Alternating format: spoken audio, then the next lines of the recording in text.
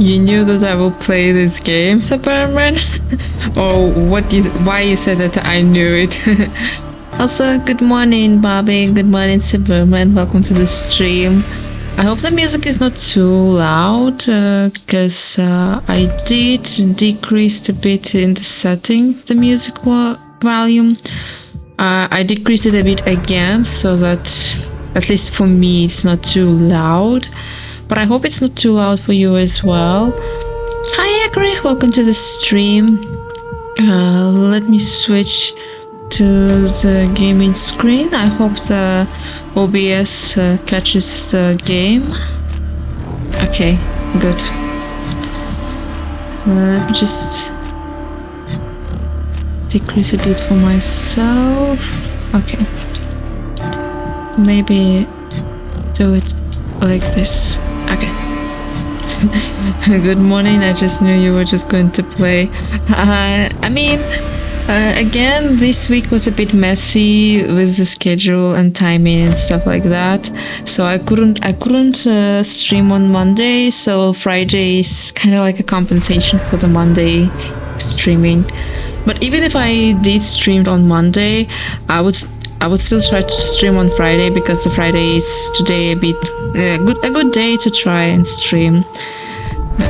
Also, to answer the question, perhaps it's the whole bad boy archetype. Yeah, true. So true. Good morning, Echo. Welcome to the stream. Today we are going to check out the demo of a dark romance visual novel called Touchstarved, where we play as the main character who got the curse. And basically the curse is if they touch someone, the person becomes crazy and mad and becomes basically like a killer machine. But judging by the main characters in the background, I think they are not that affected by our curse, or maybe they new to it, but we will see. I also love when judging by the description, we can choose between 3 unique backgrounds for our character, which made me curious about it. So I guess without further chatting, we can start a new game. Disclaimer: streamers and content creators should set music volume to 0 in order to disable copyrighted music. This is a demo of Touchstarved prologue and not the finished product. Thank you. Oh, okay, so the music volume to 0. Okay. Content warning: Touchstarved is intended for an older audience. It contains mature content that includes, but is not limited to, or graphic violence, strong language, alcohol and drug references, injury and dismemberment. Player discretion is advised. Yes, I put a warning in the description, but the game itself already prepared the warning, so don't do not tell me that I didn't warn you or anything like that. But we are all adults here, I hope. If you accept the content warning, please click to proceed. We accept. Tutorial: in Touchstarved, your choices matter. The decisions you make may result in unique dialogue,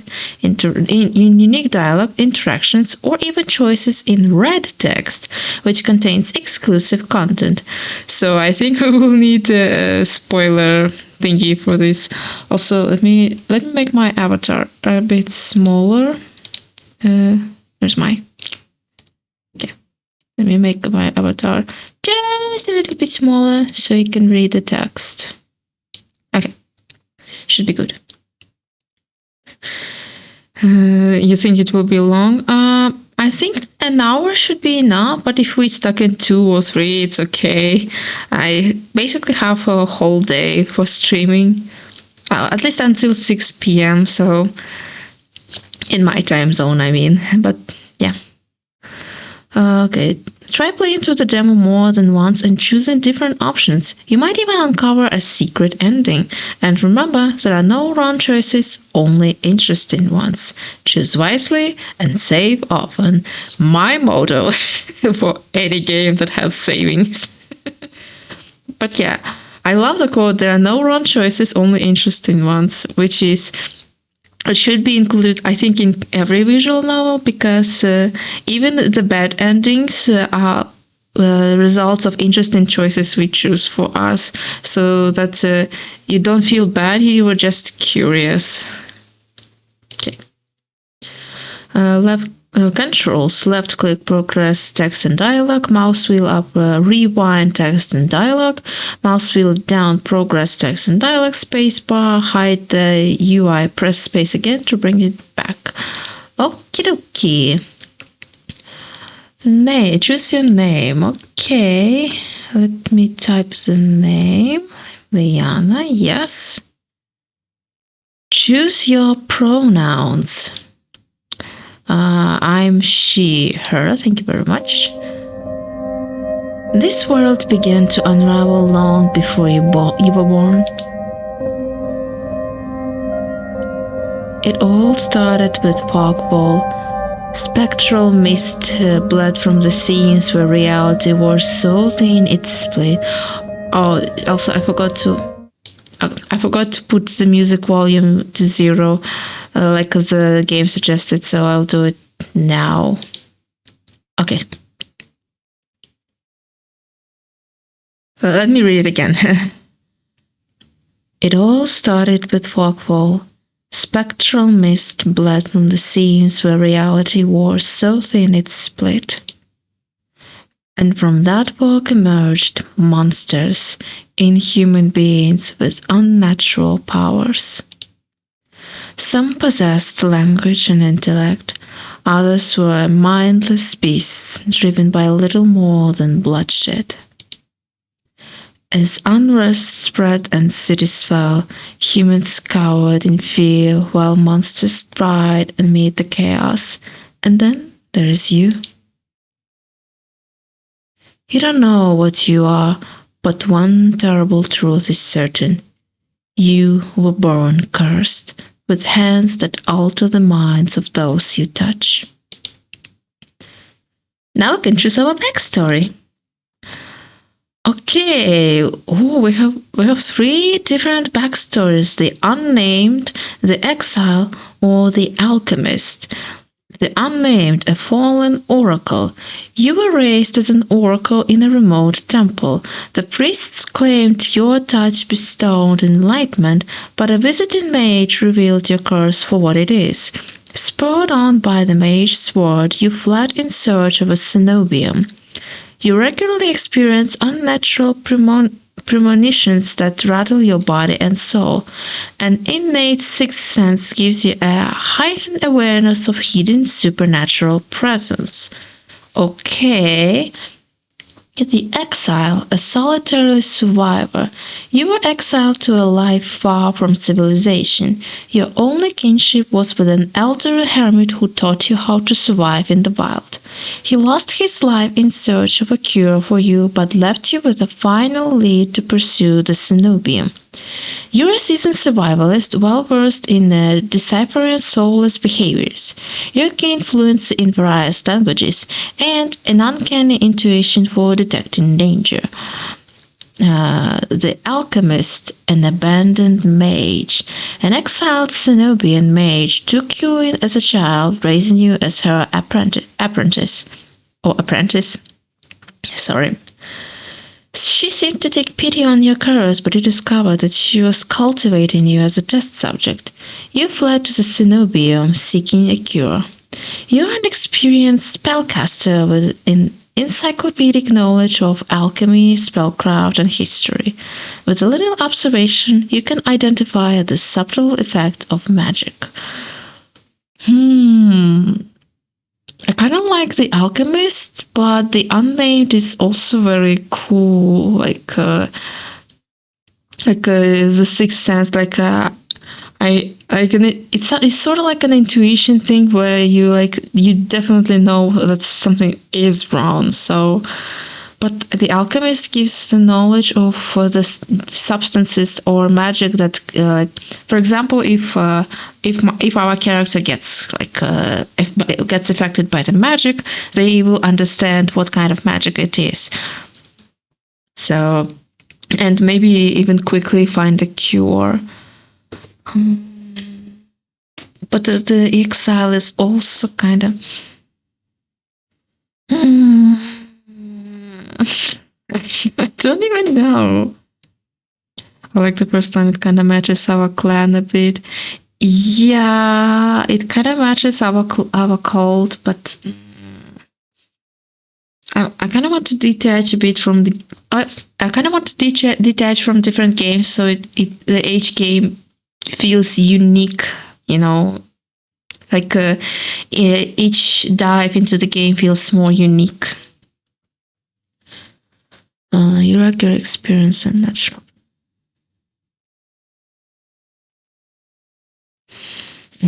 So wait, no, this is more intuition. This is more like you are aware of any supernatural beings around you. While here your intuition for the danger is very high, and here you more like you can identify, but identifying is identifying does identify mean we can also change something, or like I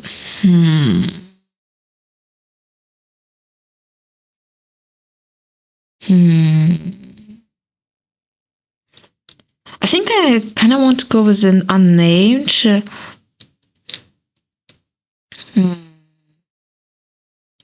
Or shall I go exile? You've gained fluency in various languages and an uncanny intuition for detecting danger. Your seasoned survival is well versed in deciphering soulless behaviors.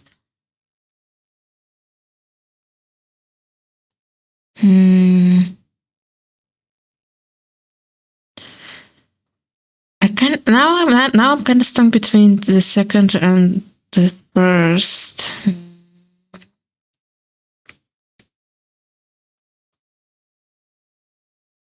Actually, I think we should go with the unnamed, simply because even if we will not, even if we don't have a bad like intuition or knowledge of magic, we can feel someone's presence and maybe alert someone if that happens in the game, because it is just a demo, so I don't think that it will change much. So I think I'll choose the unnamed. Yes. Your name is Eliana. You selected she, her pronouns. Your backstory is the unnamed. Is this correct? Yes.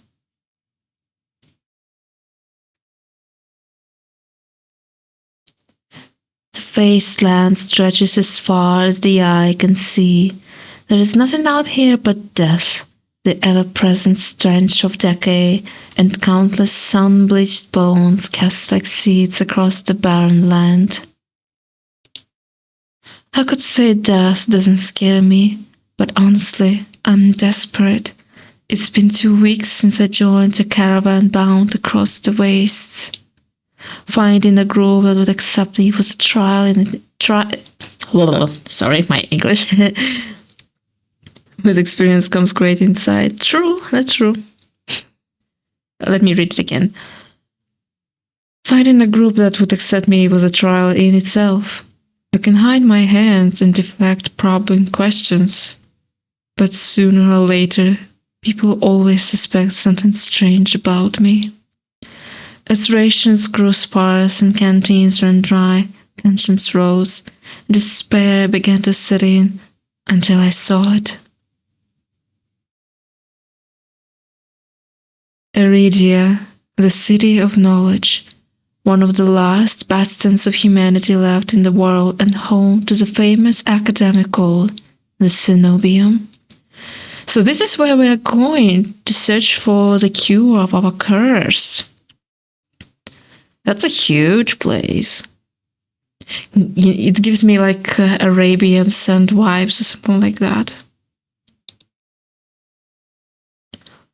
All the world's knowledge gathered in one place. If there is anywhere I'll find a cure for my curse, it's there.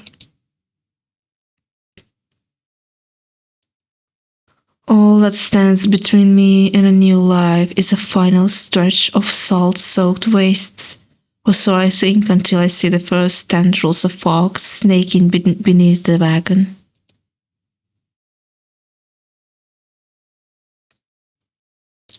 Hushed voice. Is this fogfall? My stomach sinks at the very whisper of it, a silent storm more devastating than fire.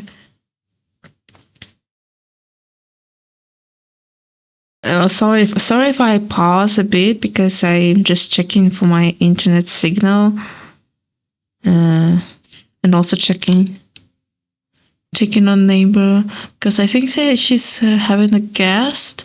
I just don't know if it's the guest who fixes internet or it's just a regular person. Kind of looks like the Hellboy comic style. If any of you seen Hellboy, I know Hellboy. I honestly tried to watch a movie about Hellboy, but it's not my cup. I think it's not my cup of tea. Let's just say. But I do know about Hellboy, and I think I have seen a bit of comic style of Hellboy, so I can see why it reminded you of this. Let me read again. My stomach sinks at the very whisper of it, a silent storm more devastating than fire, dangerous in cities, but a death sentence beyond them. I can kind of see the art style in that. Yep. Uh-oh, the fog is thickening. A thick blanket of fog engulfs us, snuffing out the lantern's light. The wagon lurches to a stop. An eerie silence heavy as the mist falls over us. The only warning we get is a strangled scream. Stay back! No! The cry dissolves into word gargling.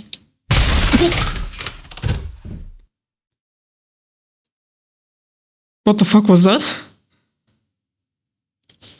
Then the wagon violently pitches to the side. I hit the ground hard. The air punched from my lungs. Welp, I'm awake now. I'm sorry. I'm so sorry, Griffith. It's the game. It's the game. I'm so sorry, guys. I hope it was not too loud, because if anything, I will decrease the volume of the effects a bit. I hope it's good like that, because I jumped a bit as well.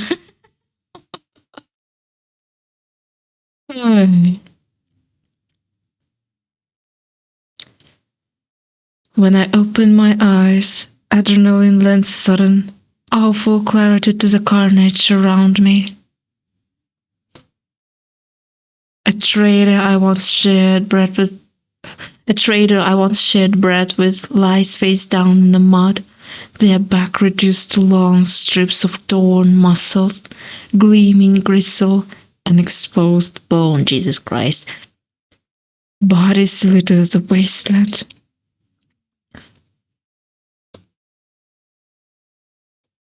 I think we are having an encounter.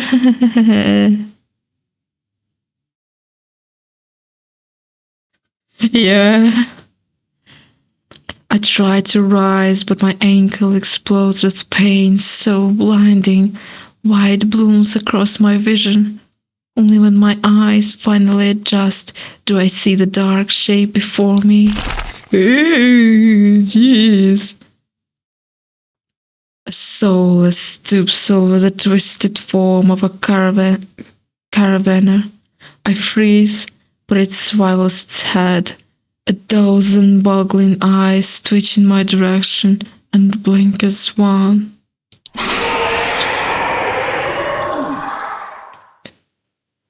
I think we need to run. The soul lets out an ear-splitting shriek and charges me. But right before it reaches me, the beast barrels past, vanishing into the mist. A horse screams in the distance. I need to move. Now. Okay, we have our first choice. We can run for the city or head towards the wagon. Someone would look at them and say he is perfect. Definitely not me. I don't find this creature perfect. Who needs coffee when you got that? Yep, true.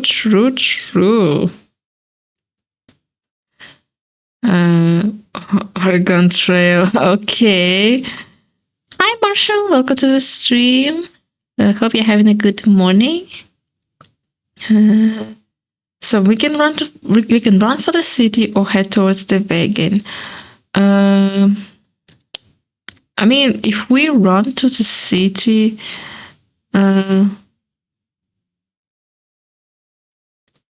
how's everybody going? Doing fine. Just checking on my internet and stuff like that. I was going to say wagon too. Okay. Wagon it is. Let's head towards the wagon. I take cover beside the wagon, where the air is thick with greasy smoke. Fire eats through the gaping hull, spluttering where lantern oil mixes with brackish water.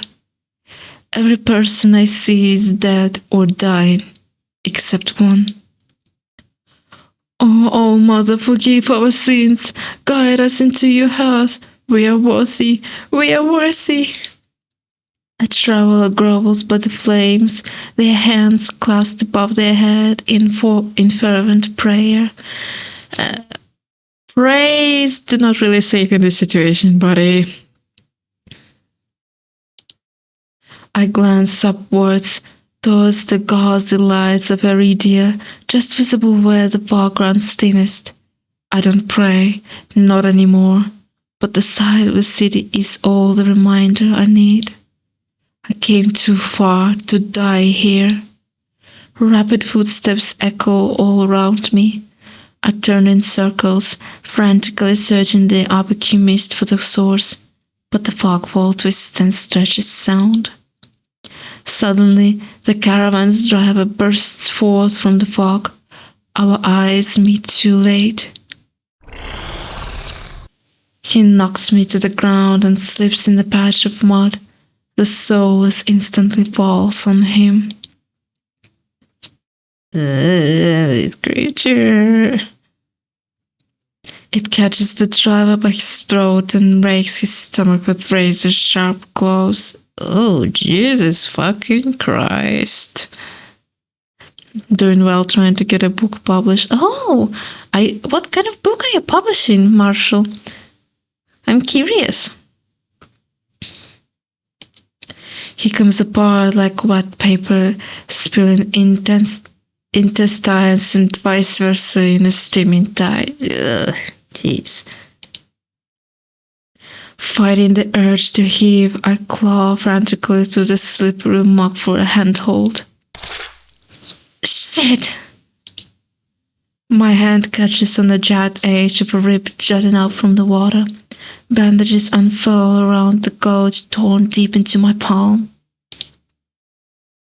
But the pain's quickly forgotten when a hand closes around my wrist. Can you stand? Dude, you should not touch my hand. I'm cursed. Fuck. A mystery quiz book. Oh, that's cool.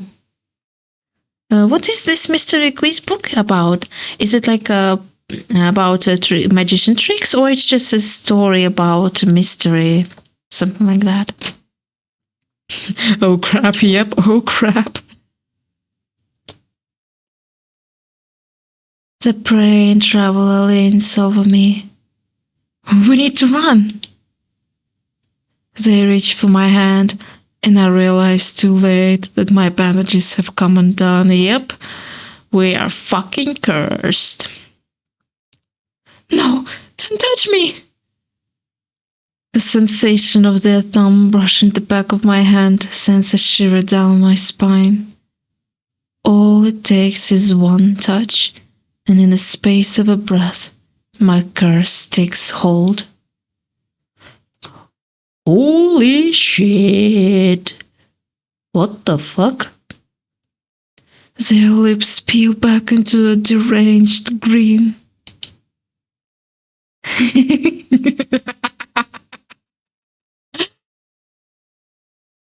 No. I've seen this face countless times before. This is my curse, madness of my own making. Their grip on my hand tightens until pain radiates from my knuckles. Let me go. Suddenly, clammy hands crush my throat, choking off my breath. Die, die, die, die, die. Spit bubbles at the corners of their mouths and flecks my face.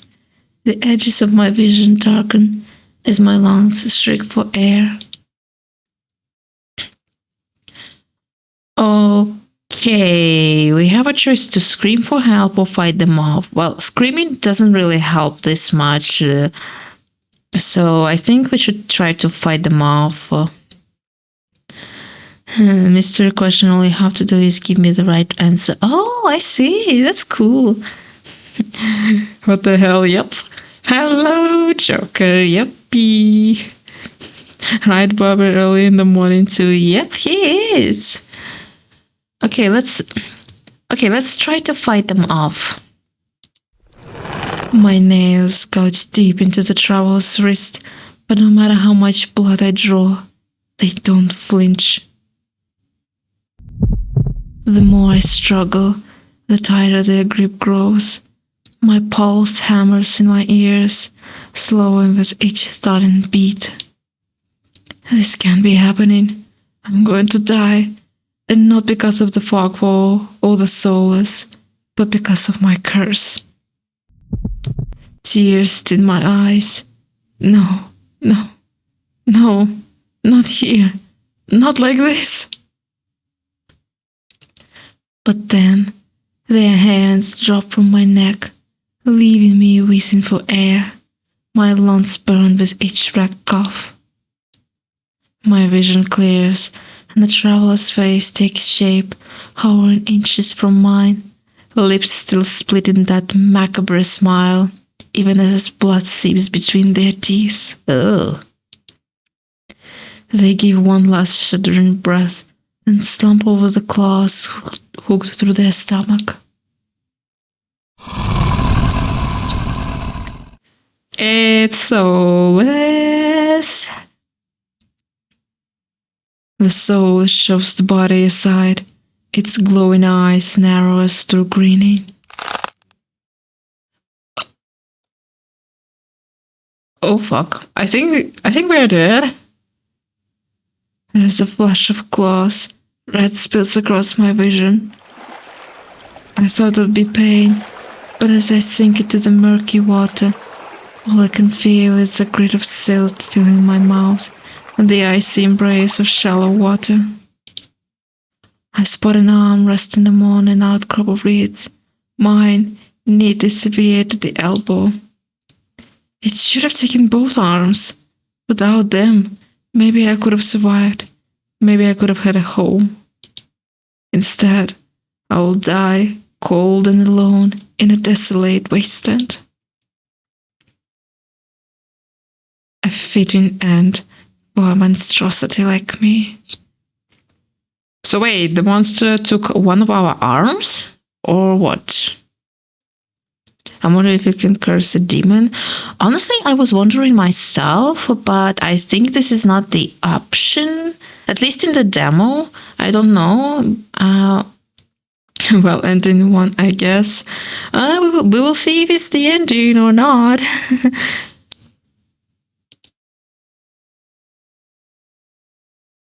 Oh. Why is it so fucking bright? Ouch. If this is death, it's not as bad as I feared.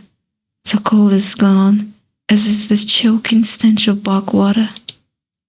I could drift forever, cocooned in oblivion, until all thought and sensation vanished. No curse, nobody howling at me in madness and terror. Nothing at all. The thought has a terrible appeal to it. But I take a reflexive breath, and air pours into my lungs, then out again in a raged gasp. Feeling comes floating back, warm close on my bare skin, a firm surface underneath me, a strange tank of sulfur in the air. Do not be afraid. Who is saying that? Hello, sailor! Thank goodness I'm wearing sunglasses. Yep. You enter a cold dark house late at night. Inside there is an oil lamp, a gas fire, and a wood stove, but you only have one match. Mystery is, which do you light first? Oh, that's a good question. So I enter a cold dark house late at night. Inside there is an oil lamp, a gas fire, and a wood stove. One match.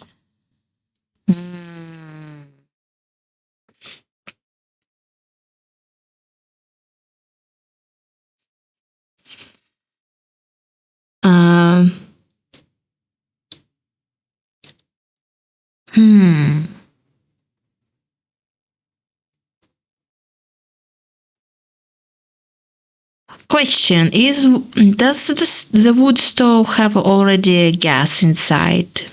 You know, like a gas to use to cook or something like that? Well, hello, sailor. Well, I'm sorry. This is the first thing that came to my mind when I see this gorgeous-looking man. No. Okay.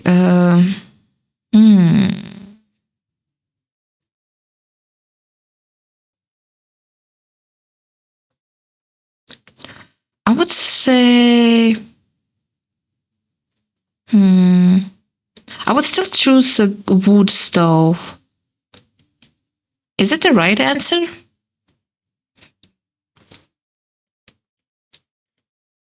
I twist my head toward the voice. Tears flood my bleary eyes at the bright glow of lamplight. Try not to move.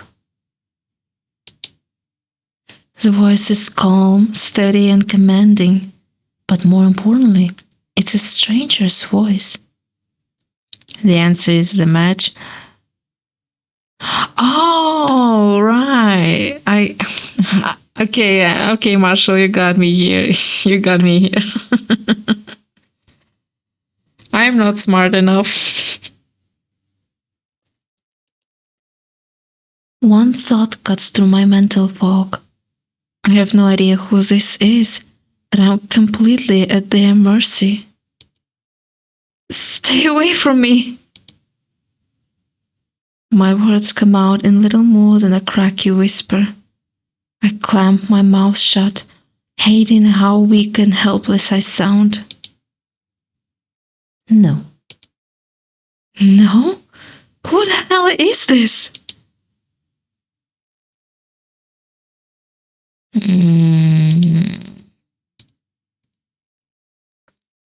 Let's try to sit up. I manage to push myself up on one elbow, but my head swims in my surroundings, giving alarming lunge. Stubborn patient. I don't have the strength to dignify that with a response. Instead, I pull the sheet up higher and wipe my eyes until my vision clears. The stranger towers over my prone form. Warm light limns his pristine medical coat. I would not call it a medical coat, personally. Cracky, yep. I instinctively shrink back, and that's when I realize that I'm completely naked, except for a thin lined sheet. You better not touch me in private places, my dude, even if you're a real doctor. Naked, lying on a low cot, with a pair of sharp golden eyes watching my every move.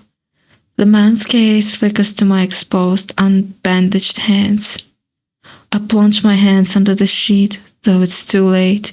He must have noticed what they look like.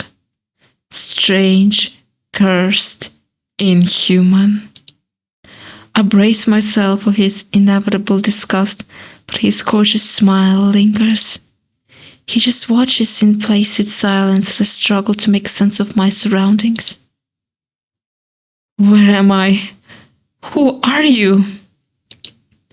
Be calm. You're safe here. Whoever this is, he clearly has no idea who or what I am. I've never been safe anywhere with anyone. Even the shrine of my childhood turned out to be a horrific lie. I scowl, pulling the sheet protectively around myself. Where are my clothes? The man's golden eyes narrow slightly. A sharp sigh rustles the papers in his hands. I see you are not to be dissuaded. Your clothes were torn to shreds when I found you, but I procured replacements.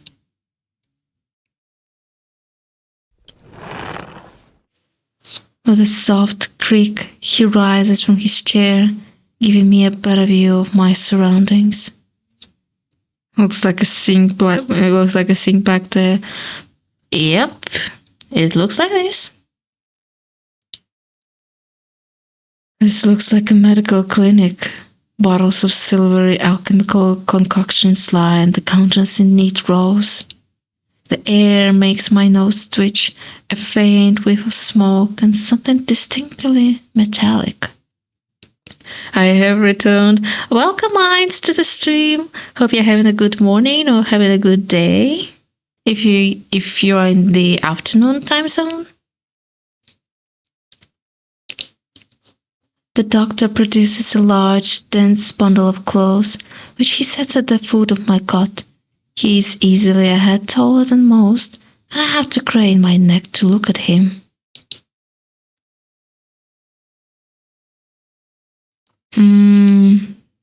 Well, let's try not to be. Let's try not to be a bit like. Let's try to be nice. Let's thank him for the clothes. Thank you. I should be polite if I can, especially since I don't know who this is, what he can do, or what he wants with me. Meeting his gaze sends a hot frisson down my spine. Something about him nags at me, like a half-formed memory I can't place. Thank you. You're very welcome. I will leave you to get dressed. Well, thank you for respecting my personal space. Hi, Diamond. Welcome to the stream. A camel bearing gifts. Who else is strangely attracted to this man? I mean, he is gorgeous, and I think he's one of the main characters we can choose for this visual novel. With a curt nod, he leads through a narrow door. I hear a soft click as the lock turns behind him. When I don't hear any more footsteps, I reach for the bundle of clothes, and each of on my elbows stops me short. I reach down absently to rub at it, then freeze when my fingers meet a neat line of stitches. I know what I saw. That beast took my arm clean off. So the beast did took our arm off, but how the fuck this dude attached our arm back? And the book I'm trying to get published is for all ages. Oh, so the book is like one of your dreams, Marshall? That's cool. Well, not really, but I do like that, love. Yeah, I think someone. Yeah, Yeah, Bobby rated him a 6 out of 10. Well, I'm curious, how will you rate other guys? So I'm really curious. And yet, the limb shows no sign of injury apart from the black stitches poking through my skin. I gingerly flex my fingers, feeling my heart race at the sensation. This is impossible. I should be dead, or at the very least, gasping out of my last breath. I squeeze my eyes shut, waiting for the pleasant dream to unravel, to wake up and find myself bleeding out in the swamp. But nothing happens. The seconds tick by, and my arm remains resolutely healed, my surroundings pristine and quiet. So he did took our arm. Maybe he gave us a new arm. I doubt that he gave us a new arm. Otherwise, the curse would be only on one arm, and we are still cursed, remember? In numb disbelief, I grabbed the replacement clothes and began stiffly pulling them on. They are thicker and warmer than mine were, bundled with a black woolen cloak. But there is one thing still missing: my bandages. The doctor didn't leave me with any, though I know he saw my hands. I slide off the bed and take a few unsteady steps towards one of the drawers. If this is indeed a doctor's clinic, there must be bandages somewhere. I start opening drawers at random, and of course, that's when the door swings open. Are you looking for something? I whirl around, clutching a thick roll of clean bandages. I try to step back from him, but my legs bump up against the cot. Your caution is understandable, though if I meant you any harm, you would know. That doesn't make me feel better in the slightest, but he makes no move towards me, so I quickly wind the bandages around my hands. The glowing scars and mottled skin disappear under a layer of clean white cotton. May I ask why you need additional bandages? I can help if you tell me what ails you. I doubt it. Traveling to Iridia was a gamble born of desperation rather than hope. Nothing has come close to curing my curse. And yet, my left arm twitches, the arm that was severed before my very eyes. The doctor's unblinking gaze follows my every move. It's clear he won't drop this without some sort of answer. The bandages protect me, and they warn others to stay away. I tried every way of covering my hands, and this works best. Most people avoid touching me as soon as they see the bandages. An illness, then, or a less mundane affliction spread by contact. I flinch. He doesn't even sound surprised, and that's far too close to the truth for comfort.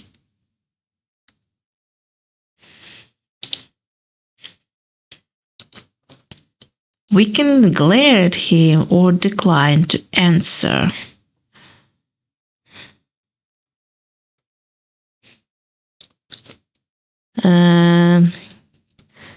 It kind of reminds me of the art style of Final Fantasy art cover. Oh, that's cool. I kind of want to choose glare, just like to show a scary look at him that I'm not someone to mess around with. Glare or decline to answer. I'm so sorry for the sound. My nose is a bit. Okay. Greg, do you still have a coin? Can we flip heads to glare and tails for decline?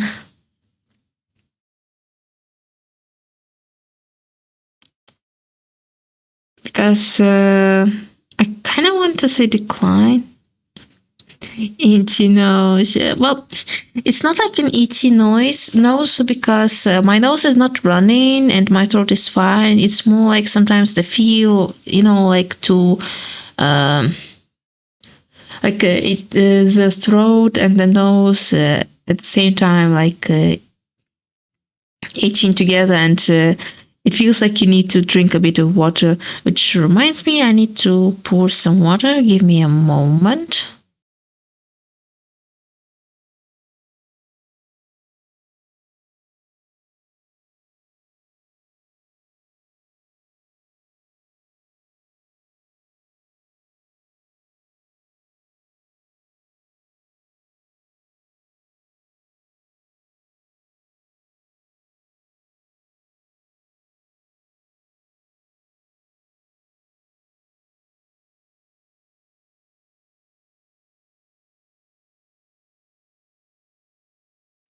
Okay, I got some water.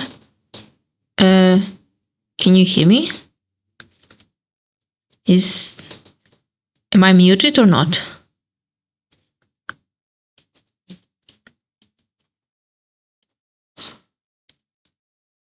I think I'm good. Okay. Oh, let's try to glare at him. I fix him with the coldest glare I can muster, yet he serenely holds my gaze. I am not easily intimidated. I hastily break eye contact, but he says nothing more. At least he doesn't seem angry. I shake my head. I need to know more about this doctor before he figures me out. Who are you? You may call me Kuras. Kuras or Kura? I'm sorry if I mispronounce names right. I will call him Kura for now, without S. So that it doesn't sound too bad. I'll say Kura. I can hear you. Good. Good. Or Kuras. How? Again, I don't know how to pronounce it, so please be patient with me. Why am I not surprised that she plays such a go for the harem road? Hey, no!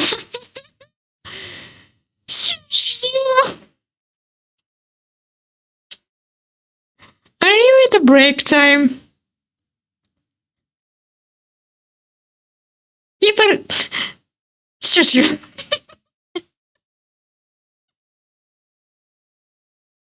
Okay, Kuras or Kura. Oh, she really like this guy.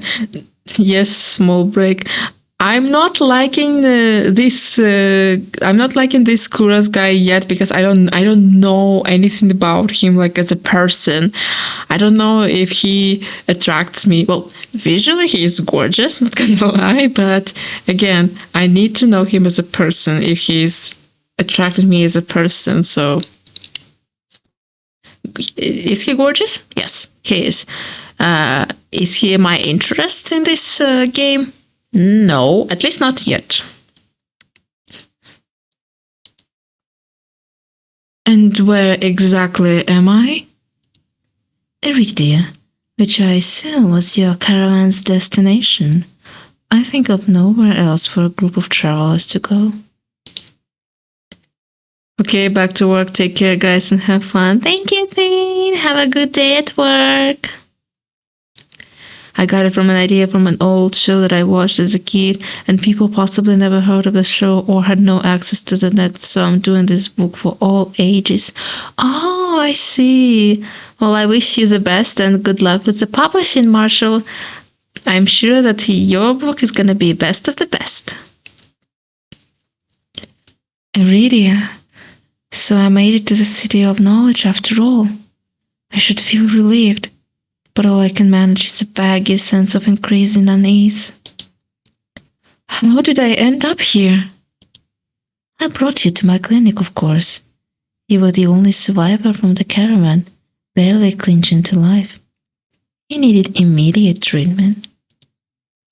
Which you provided? Yes.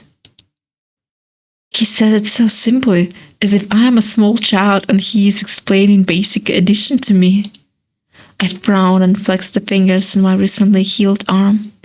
Aside from being a bit stiff, it feels fine, solely attached to me. You're saying that you stitched my arm back on? Pardon? A soulless attacked the caravan. It ripped everyone to shreds. It tore my arm clean off. But when I woke up here, I trailed off, bewildered. I've never heard of any magic that could heal a mortal wound.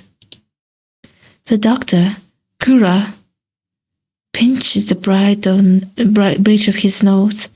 He sits back down in his chair, quiet for a long time. I don't know where you come from, but Iridia is the city of knowledge and deadly secrets alike. Information is power, and one should not give or receive it freely. Since you refuse to divulge your secrets, I will not divulge mine. I do not even know your name. I was just... You are new to Iridia, so I will overlook the specific breach of etiquette. Do not expect others to extend the same courtesy. Do you understand? He glances at my freshly bandaged hands. Loath am I to admit, he has a point. I am a complete stranger to him, yet he saved my life. I take a deep, steadying breath. This time when I speak, I sound a bit more like myself. Ileana. My name is Ileana. It is a pleasure to meet you, Ileana. Ah, look at this smile. I kinda knew it, but wow. All of you heard it first, and thanks for wishing me luck. I always wish luck for everyone, and I always wish that everyone succeed in their dreams, like whether it's publishing books, making animation, creating a game, or even something revolutionary for the humanity. Like, I'm not gonna lie, our world needs some hope, so everything that makes a slight of hope or the feeling that everything will be better eventually, even if it's just a simple book, it's already good. So even though your arm is back, it's still there. Yep. There's a little more warmth in his smile, his polite demeanor back in an instant.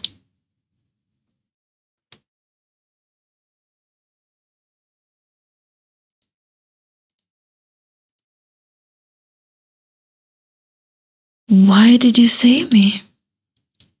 If there is anything I've learned, is that everybody wants something. With the world in such peril, no one reaches out a hand without expecting something in return. Can I ask why you saved my life? You don't know me. The question seems to startle Kura. I could hardly leave you to die in the wastes. Assisting those in need is the very essence of a doctor's duty. I've never met a doctor who also handed out free clothes. My fingers find the edge of the cloak. There's a subtle but delicately embroidered pattern around the hem. I try not to think about what price Kura might demand for such well-made clothes. No, I suppose not.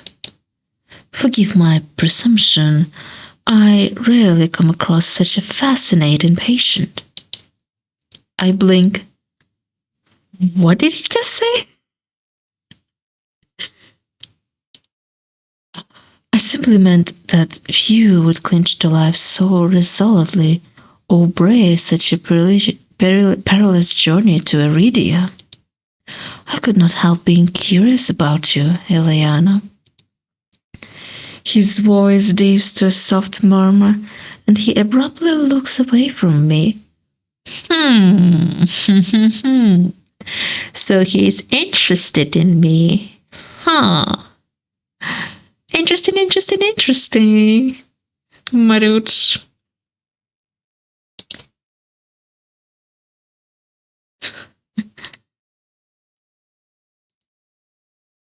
I am choosing the first one. This is not negotiable. You're pretty curious yourself. You're pretty curious yourself. Am I? Well, I haven't forgotten about my arm. I wiggle my intact fingers at him. Clearly not. But you haven't asked me for any payment either. I require none from you. Travelers do not have an abundance of coin, and leaving you destitute in a strange place would be unethical. I fall silent, unsure what to say. Nobody would help a horror like me for free. There has to be some kind of catch or trick, right? A loud knock at the front door stops our conversation cold and spares me from having to say anything else. Duty calls. Unfortunately, you are not my only patient today. The knocking grows more insistent, and Kura lets out a tired sigh. Please wait. Though he says it quietly, the clamor on the other side of the door abruptly stops. Do you need anything before you leave, Eliana? Oh! Between the soulless attack and my miraculous survival, I'd almost forgotten why I came to Iridia in the first place. I need directions to the Cenobium. He's looking mad. The Cenobium? The look on his face is downright chilling. He pauses, choosing his words with cold deliberation when he speaks again. Whatever you seek, it is very unlikely you will find it there.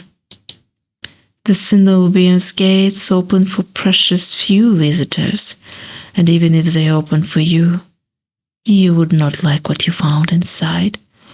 Ooh, spooky! Scary face around. True. My heart sinks. Is he saying that I came all this way for nothing? Risk life and limb for nothing? No, that can't be. I've only just arrived, and Iridia is the largest city still standing. There has to be a cure for me here. Then if not the Cenobium, where would you suggest?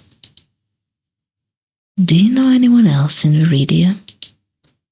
I shake my head. Then I suggest a local guide. Head to the Wetwick and ask for Leander, the leader of the Adderstone.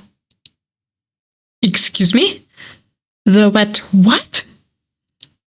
The Wetwick. He sounds deeply unamused. I think it's kind of like a dirty joke or something like that. Oh my gosh. Follow the Adderstone postings. They are difficult to miss. When you meet Leander, tell him I sent you. That isn't much to go on, but Gura points toward the back door. You'll be safe so long as you do not draw attention to yourself. It's easier said than done. I've always been a magnet for the worst sort of attention. Me. Me. Totally me. If you require my assistance, you may return whenever you wish. Though he is smiling, there is a note of finality in his voice. Resigned to my dismissal, I slip out the back door. Give me a moment, I'll take a little sip.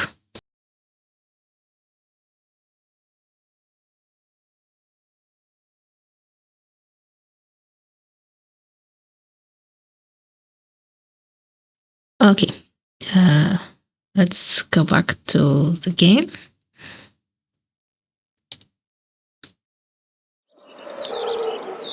And we are out in the city. I find myself standing in a narrow and rather gloomy alley. I pull the new cloak up over my nose, stepping over the contents of emptied chamber pots. Something made howl inside one of the cloak's pockets. My coin purse. Every last coin that I'd scrounged together for the journey to Iridia is still inside. The purse doesn't even look like it was opened. There were so few coins to begin with. They probably weren't worth stealing. I glanced back at the clinic's closed door. Kura didn't take any payment. He didn't even ask for a future favor. But he also said that in Iridia, secrets are power. Does he expect me to give up mine at some point? That's not exactly a comforting thought. Still, no matter why he did it, Kura gave me a second chance, and I laid on where I might find help. I'd better get going before he changes his mind. I squeeze out of the alley and into the crowded main street. The line outside Kura's clinic stretches down the road. Two thin pedals squeak alongside rugged elders. If any place is in desperate need of a free clinic, it's this one. The cobblestones are treacherously rough under my feet, deep grooves worn between them by regular flooding and decades of hard use. I knew Iridia was a river city, but I didn't expect it to look so eroded. The buildings are tired and dilapidated, all crammed together in narrow streets. And there is something else, a charge in the air, like the shifting pressure before a storm. It's subtle, a little more than a faint, persistent numbing, but I can't seem to shake the sensation. A child darts by, clutching something greasy wrapped in paper. The smell of fried food drifts over to me, and my stomach gives a faint gurgle. This morning's catch, fried up hot and fresh. Not so many eyeballs today. That's a weird thing to say, to be fair. That sounds disgusting, but I'm starving, so I duck my head under the stall's grubby awning. A large fish stares up at me, its three bulging eyes still visible through the thick layer of crispy batter. The vendor gives me a gap-toothed grin. What is the cheapest thing you got? The vendor points at a metal basket of what looks like long strips of savory fried dough. Fresh long lads, 3 copper apiece. Don't burn your mouth. I take the coins out, counting them gingerly. At this rate, I might even be able to afford dinner. Reluctantly, I drop the payment on the counter and take my meal. Fish eyes, yippee! 2 streets later, I pass under a rough iron archway adorned with dangling garlands of red and pink lilies. The buildings in this corridor are a dizzying riot of color, painted walls, and tinted glass everywhere I look. Sheer red and pink curtains flutter in open doorways. Musical voices call out invitingly. Incense mingles with the pungent?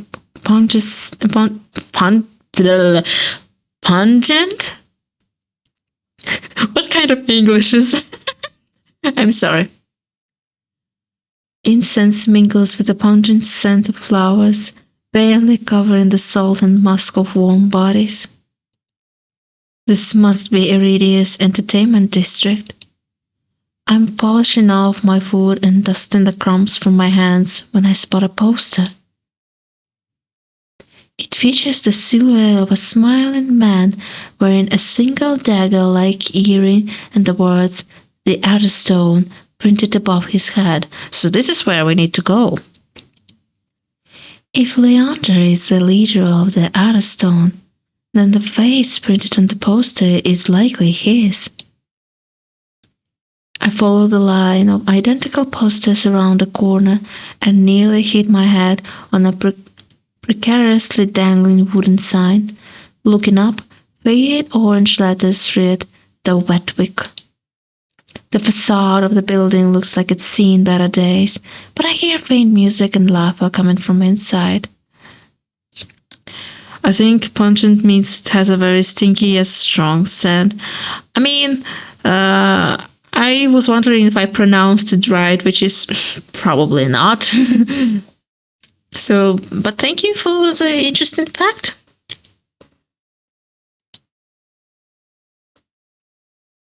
Okay, to the bar we go, I want to say. It's not even midday, yet the wick is packed.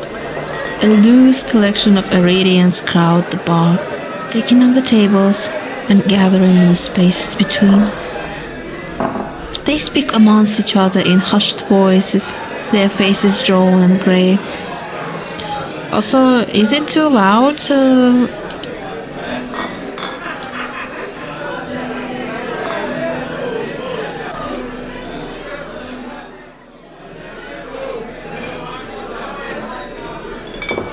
I'll probably do it like this. I'm good.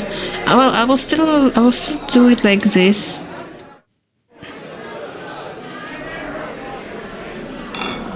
Probably like this, so it's good for me. But if it's too quiet for you, let me know, okay?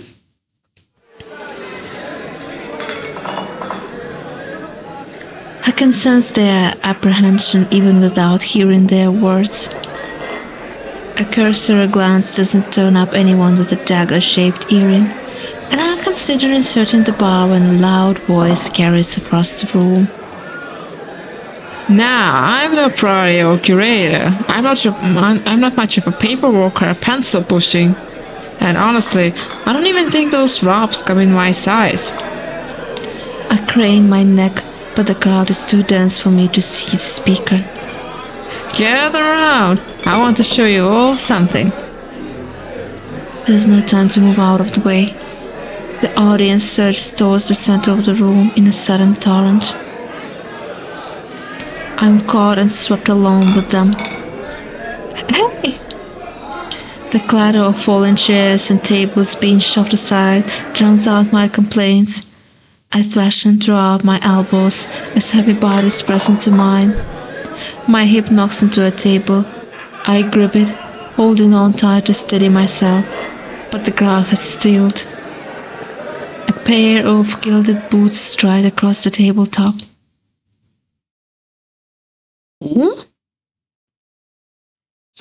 If you want nothing but guidelines, impractical policies, and needless bureaucracy, you know where to go. I drag my eyes upward. A man towers on the table in front of me, arms spread as he addresses his rapt audience. My. What a cutie patootie. And look at his scar, jeez. I wonder what happened with him to get such a scar. But I'm not going to wait for word from on high. His impassioned words provoke nods and excited whispers. But nothing is as captivating as his brilliant smile. He beams at the crowd around him, a performer on his makeshift stage. And unlike those clerics, I don't need the abbess' approval to cast a spell or two. As he raises his hands above the audience, the dagger-shaped earring dangling from his left ear catches the light in a flash of gold. It seems I found Leander. These are our streets. We make our own luck here. He snaps, and a flash of pale green light erupts from his hand. It's a flower! With a flick of his wrist, Leander conjures a ribbon of glittering light. A delicate flower stem sprouts from between his pinched fingers. One by one, glowing lily petals unfurl. New member of the boy band coming soon. Oh my gosh. Leander raises the flowers with a flourish, and the bar bursts into clapping and cheers. A magic demonstration was the last thing I expected from a place called the Wet Wick. Leander plucks the shimmering flowers out of the air and turns in a slow circle. Now, who could use some good luck? Me. Eager onlookers scoot closer to the table, but Leander's cool green eyes slide right over them and locked on me instead. Ooh? How about you? My chest grows tight. Suddenly, I'm in the spotlight.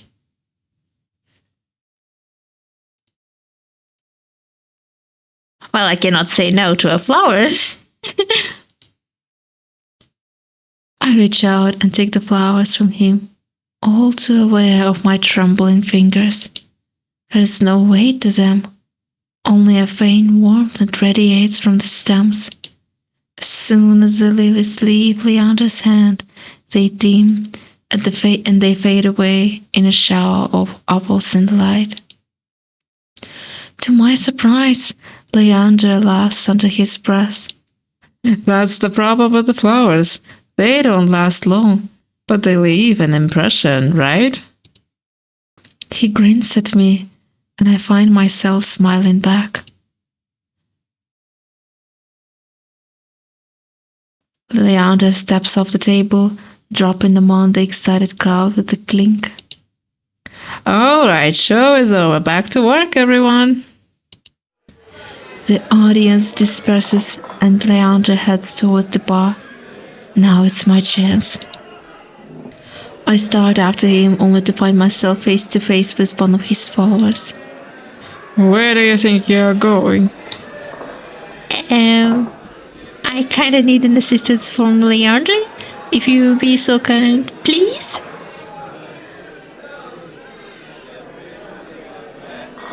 I need to talk to Leander. Yeah, have a flow town. Leander is busy right now.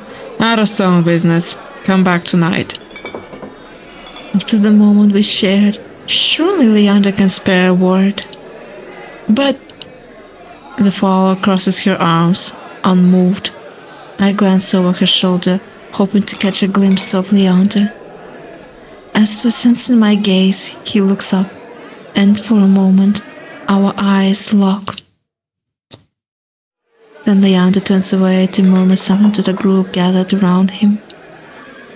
The follower moves to block my view. You hear me? I'm not looking for trouble. This Dr. Kura said I should find Leander. That's... She's interrupted by a hand resting on her shoulder. Kura sent you? He said you could help me. Leander nods at the woman and she steps aside wordlessly. Follow me. He leads me to the crowded bar. There's so little room that his broad shoulder presses against mine. I tense, but he doesn't seem to mind at all. Sorry about that. The others don't watch out for one another, but they can be overprotective at times. Lesson learned. Leander flashes me a broad grin. Oh, look at this cute smile. You're new to your radio, aren't you? He said it with a genuine air of curiosity. Do I stick out that much? No, but I'm certain I'd remember seeing a face as lovely as yours around Lowtown. Oh, sure.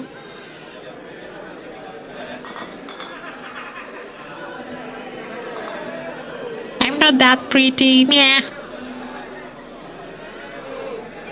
My eyes drop to the polished countertop. I'm not used to flattery, and being this close makes eye contact difficult. As if on cue, the bartender approaches us. What will be?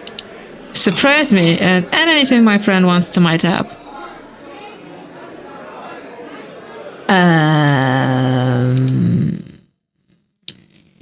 Okay. What, do we have the same as him, or shall we go with water? I think probably in this case we should go with water to not attract ourselves too much. Flustered are we? Shut up! Shut up!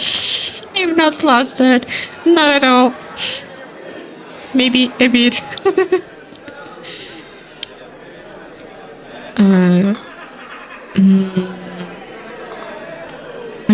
I didn't really want the trouble, so I'll go with water. Water is fine. While the bartender leaves to fix our drinks, Leander leans his elbows on the counter. His sleeves right up, revealing a long, raised scar. I catch myself following its winding path across his forearm. Leander's eyes wander over me in return. When they lock on my bandaged hands, a bitter taste rises in my throat. Here comes the questions. Is there any chance Kura sent you here for cheap drinks or barely edible appetizers? No. He pushes his hair back from his forehead, sighing when it immediately falls back into place. That's the doctor for you. Always business. I'm not sure he even knows how to relax. The bartender pushes a pair of glasses our way. I don't realize how thirsty I am until the cool water touches my lips. Beside me, Leander takes a deep swig from his glass. So, how can I help you? I need to get to the Cenobium. As soon as the word Cenobium leaves my mouth, the group standing nearby falls silent. Uh-oh. I think we attracted the trouble.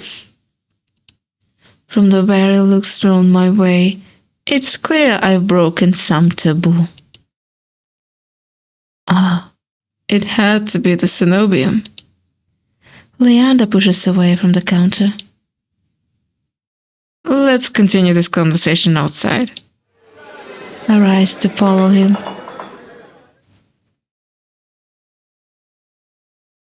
Leander leads me into an alleyway tucked behind the wet wick. Layers upon layers of frayed and faded Adderstone posters plaster the walls. Seeing them side by side, the resemblance between Leander and his printed likeness is impressive if abstract. Kura didn't send you here to ask for a personal escort to the Cenobium, did he? From his tone, he already knows the answer. No, he suggested that I reconsider. Yet here you are, asking about a guide anyway. True. He looks at me expectantly. I don't want to tell him about my curse. The less people know about my monstrous capabilities, the better. Thankfully, Leander takes my reluctant silence as an answer. Are you aware of Iridia's particular currency? Information's worth its weight in gold here. I don't much care for outdated traditions, so I'll be completely honest. The Cenobium won't help you. They are more likely to torture you than lend you a hand. But the Cenobium's supposed to be a place of learning, a sanctuary.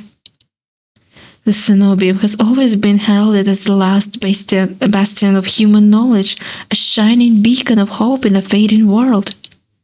If any place held answers, it would be the Cenobium. That's why I came here.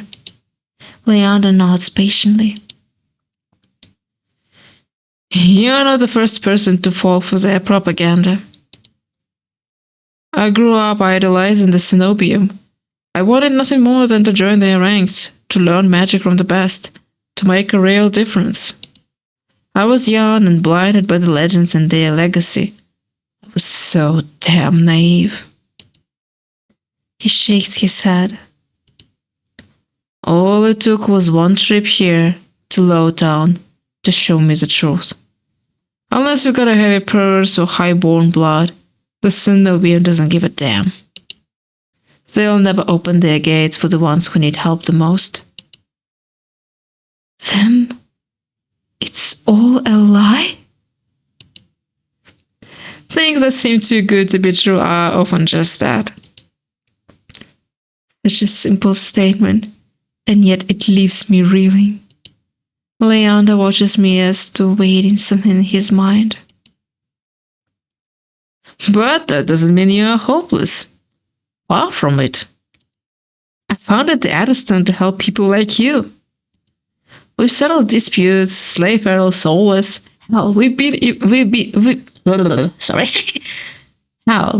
been known to patch a leaky roof or two. Whatever troubles you, we can help. Free of charge. I'm shaking my head before he's even finished his speech.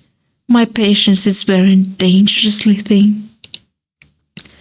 I appreciate the offer, but my problem can't be solved by a group of good Samaritans. To my chagrin, Leander doesn't look remotely surprised. Then you're looking for help with something serious. Something not even Kura could crack. It must be a truly remarkable problem if you came all the way to Aridia searching for help. Tell me, how can I help you? Leander may not work with a Cenobian, but he's a mage, a powerful one. If his demonstration earlier is any indication. Indecision gnaws at me. I don't know if I can trust him, but it's not like I have any alternatives. I hate to admit it, but this might be my only path forward. My confession comes out in a strange whisper. I'm cursed. He looks me up and down, taking my face, my eyes, and finally, my hands. Is that why you bandage your hands? My touch is dangerous. It changes people, hurts them. Before I even finish, Leander pulls his left glove off. He flexes his fingers and grins. All right, let's see. Are you even listening to me, Leander? He said, I'm fucking cursed. Do not even dare to touch me. For some reason, all week everyone I know has roof problems. Oh, really? You mean like a roof problem because of the roofs are broken, or you mean like people do not find places like homes or something like that? Also, I need to use the bathroom break, so I will be right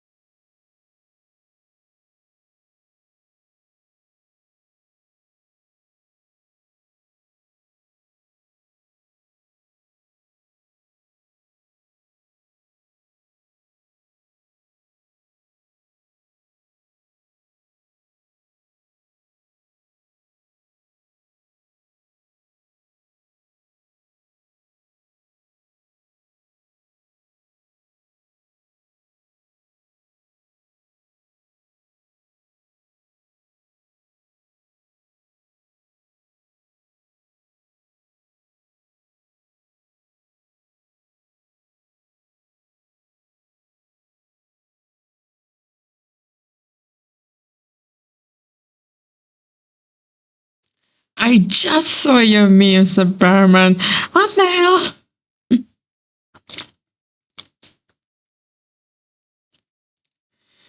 You.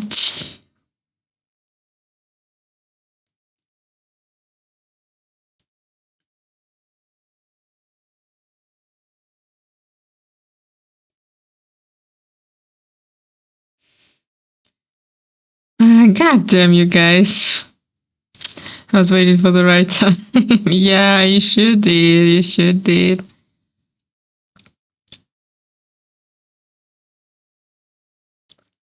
Also, I'm just checking the messages that. Okay, Agriha, I will check the videos that you sent me later. Most of the weather of trees breaking stuff on top. Oh, okay, gotcha. No wonder. No wonder. Okay, let's go back to the game. Okay. So, Leander wants to try our curse thingy, so... Well, he can be my guest and see how it goes. As he offers me his hand, a prismatic flash of magic ripples across his palm, but I am already shrinking backwards. I can't. I don't care how confident Leander is. I won't allow myself to hurt him, to see his kind face unrecognizably warped. I don't want to hurt you. I'll be fine, trust me. Famous last words. I've seen enough curses and hexes to last me 2 lifetimes, but I'm still standing. Do you really think Kura would send you here if I couldn't handle it? How should I know? I met him today. I'm twice as good as any Zenobia mage. If anyone can help you, it's me. You don't know what you're asking me. I'm asking you to trust me. I look from Leander's outstretched hand to his confident smile. Then I begin unwinding the bandages from my hand. I'm sorry. If you lose control, don't say I didn't warn you. You can tie me up if it makes you feel better. Ooh? Kinky here, are we? His attempt at levity does little to comfort me. With each joint I expose, I grow increasingly certain that this is a terrible idea. But if he's bothered by how my hand looks, he doesn't show it. Alright, deep breath, on my count. My fingers hover shakily over Leander's palm. 3, 2, 1.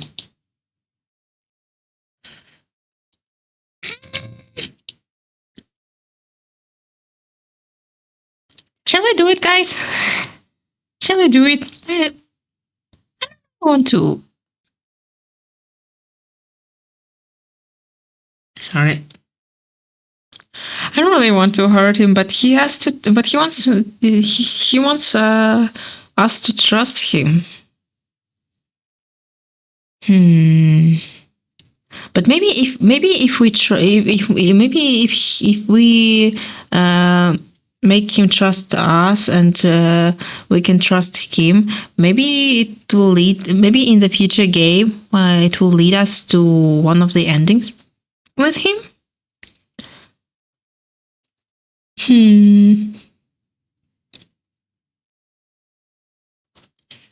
Well, I saved anyway, so here goes nothing. Let's try to touch him.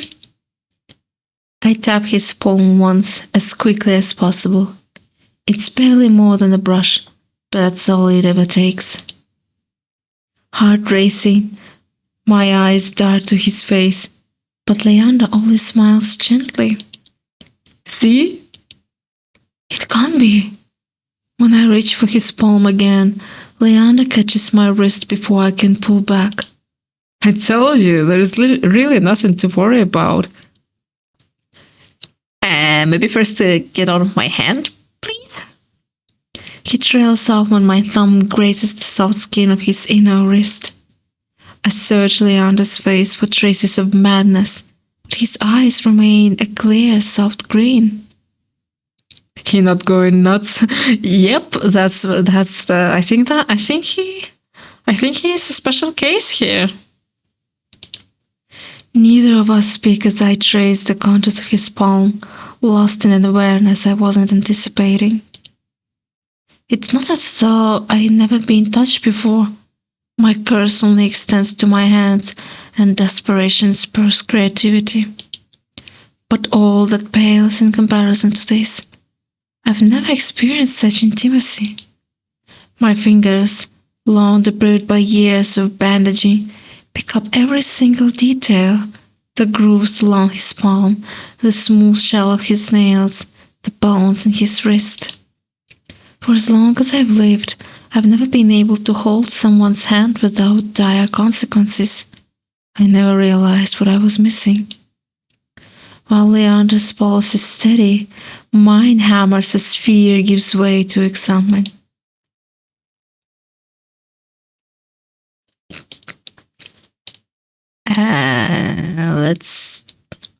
Let's try to keep on going. My hand glides over Leander's wrist and up his arm where smooth skin abruptly gives way to a raised scar.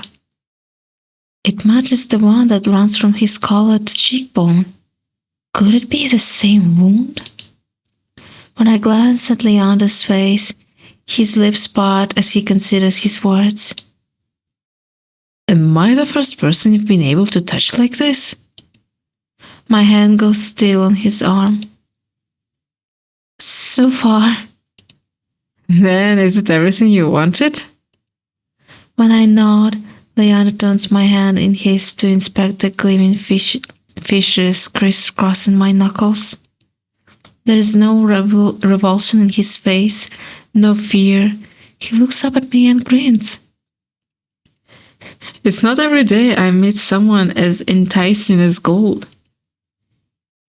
He winks and lets me go. He's flirting even in such situations. God damn you. I draw my hand back and take a steady breath. My head feels like it's stuffed with cotton. Habit alone guides me to the motions of rewrapping my hand, although my fingers tremble too much for the bandages to lie flat. I would just to see how powerful he is. Just to be immune to such a blind is amazing. Yeah, I know, right? I can't believe that worked. I've really forgotten my manners. May I ask your name? I'm Ileana.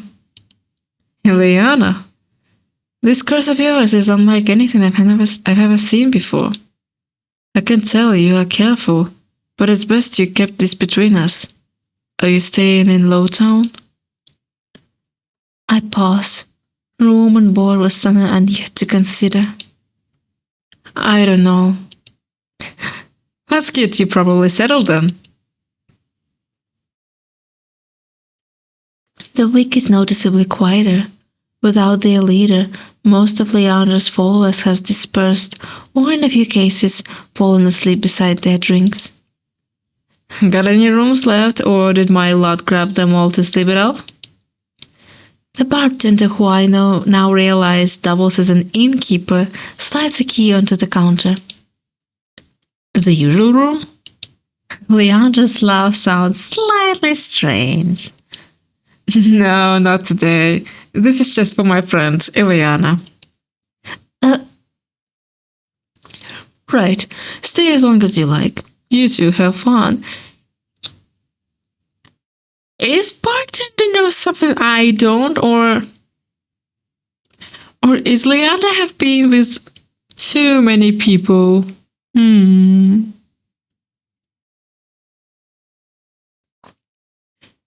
Have fun? Leander clears his throat and holds the key out to me. I hesitate. My coin purse barely holds enough for a day's worth of meals, let alone a room. How much do I owe you? Nothing. My treat, since you shared your secret. Food, drink, a warm bread, anything you need. Carefully, I take the key from him. It's small but heavy in my palm. I never expected to have a warm bed in Iridia, let alone 3 meals. Thank you. It really is twice as dangerous as it is Montrose. Be careful out there. And if you need a reprieve from what haunts you, come find me. I nod, taking one last look at the gleaming bronze key before tucking it into the pocket of my cloak for safekeeping. Leandra gives me a friendly wave before returning to the bar. Dust glitters in the sparse rays of light illuminating the room. The furniture is tired, the walls cracked, and a large, lumpy bed serves as the centerpiece. I can't remember the last time I slept in a bed, and I never imagined I'd slept in one tonight. When I collapsed onto the bed, the springs let out shrill squeaks. Finally, I can allow myself to rest. To have fun with it, lol. Shut up!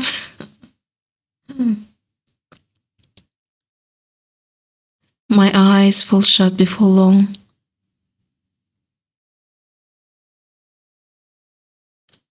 And next day arrives. I wake to pale sunlight filtering through the narrow windows. Despite the clamor of the tavern below, the precious hours of rest have restored my strength and gifted me a flicker of cautious optimism. If I play my cards right, today could be the day I get closer to finding a cure. I quickly head out of the wet wick. The air clings sodden and heavy with the lingering scent of rain. Without the afternoon crowd, the district looks barren and bleak. In the middle of the street, a pair of crows quibble over stale bread crusts. I pause, watching them while I consider my next move. Maintain is rightly on a plane for the Harem Road. Shut up! Shut up, you guys! Shut up!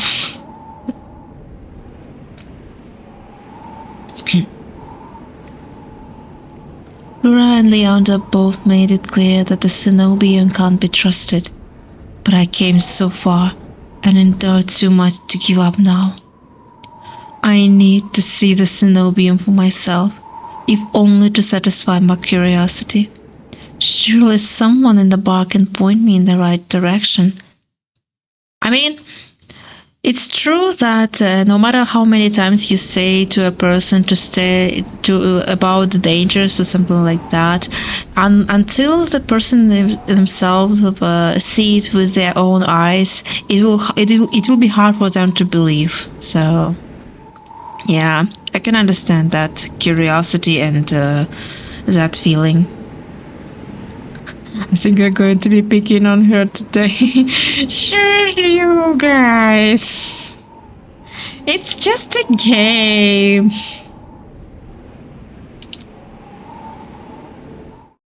I'm about to turn back when a shadow passes over me. A cloud, I think, until a puff of hot breath tickles the back of my neck. What the fuck? The shadow trickles down the street in rivulets. Formless dark spreads like ink into blooded shapes. Claws stretch, a muzzle splits open to reveal long, jagged teeth. A growl rumbles so low and deep I feel it in my chest. I want to run, to scream, but I feel trapped. As to the slightest movement of breath will snap the jaws around me shut. No, I won't let it end like this. If I'm going to die, I want to look what got me in the eye first. I still myself, then turn.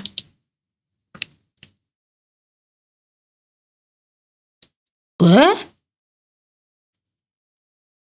Quoi? The shadow vanishes as quickly as it came, and I am left standing in the middle of the street, alone, save for a figure reclining in the shade of a nearby stoop. What the fuck was just that? It's just a game as the handsome man whispers in her ear.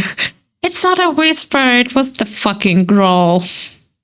The soulless one. I doubt that it's a soulless one because the city must have some guards to be protected, right? Right?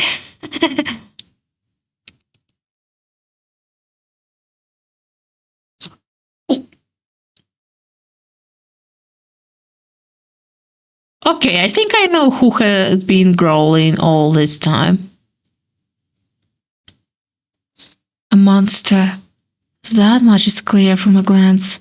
One that could nearly be mistaken for human, were it not for the tufted ears, the tail curled around his ankle, or the dusk pink eyes with pupils that sharpen like needles when they fall on me. Will lock gazes and the monster uncrosses his long legs. His hair gleams a shade of red that reminds me unsunnily of blood where it curls around his collared throat. Jumpy, aren't you? His tone is so light and carefree that I glance over my shoulder to make sure he's speaking to me.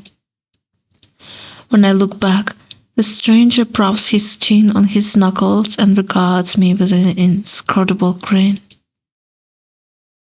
Did you see this shadow just now? It was massive, moved like a beast. Even as I speak, I am aware of how ridiculous I must sound, but the stranger's smile doesn't falter. The only beast I've seen are the Wicks drawling regulars, though this did catch my eye. You motherfucker, give me the key back. Fox dude, yep. Yeah, foxy guy. With a flick of his wrist, my in-room key dangles from his finger. It turns on its chain, glittering when it catches the light. My hands fly to my cloak's pockets and, sure enough, find them flat. He crooks his finger, beckoning. I've already taken 2 steps forward before some stifled instinct stopped me. Something feels wrong. I'm still on the edge, throbbing with so much adrenaline that the stranger's shadow flickers at the edge of my vision. I always seem to attract the worst kind of attention, but I can't get rattled now.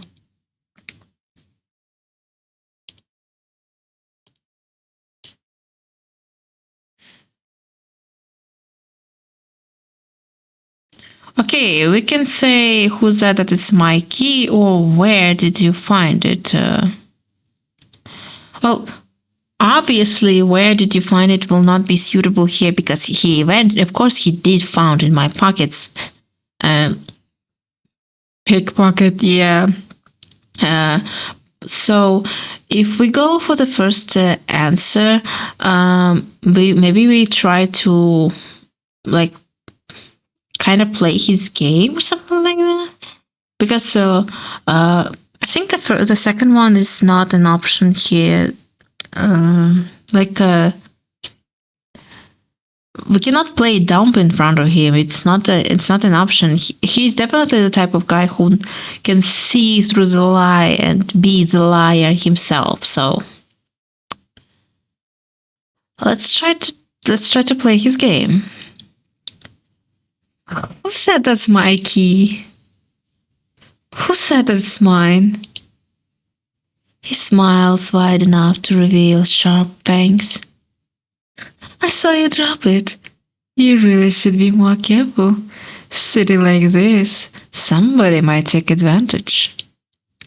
A bald-faced lie said without a hint of irony. I approach the monster, carefully to keep an arm's length away. He doesn't look dangerous, but the most deadly ones never do.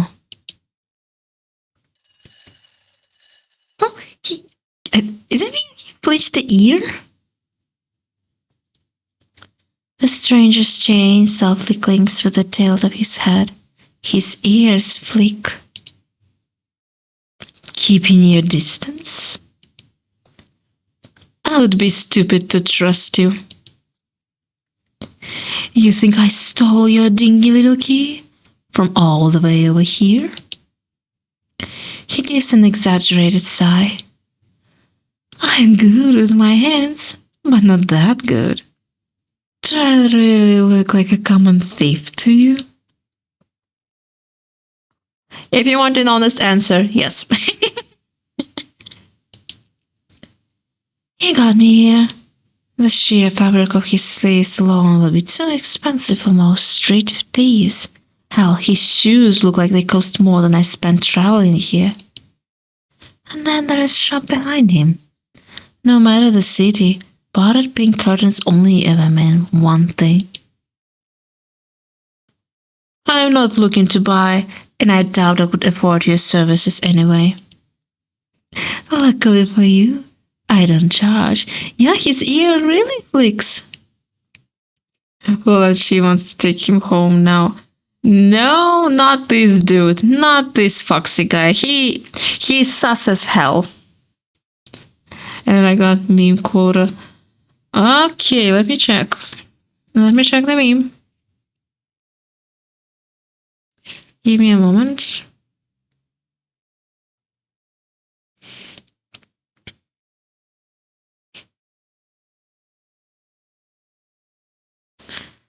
Let me just check.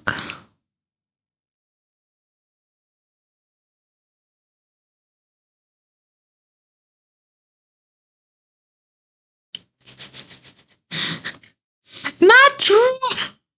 It's not true!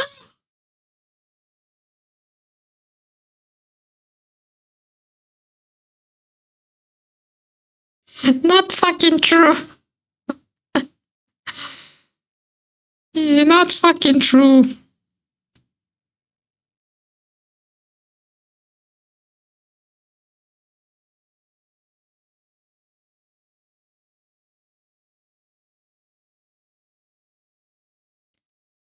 You guys, I swear.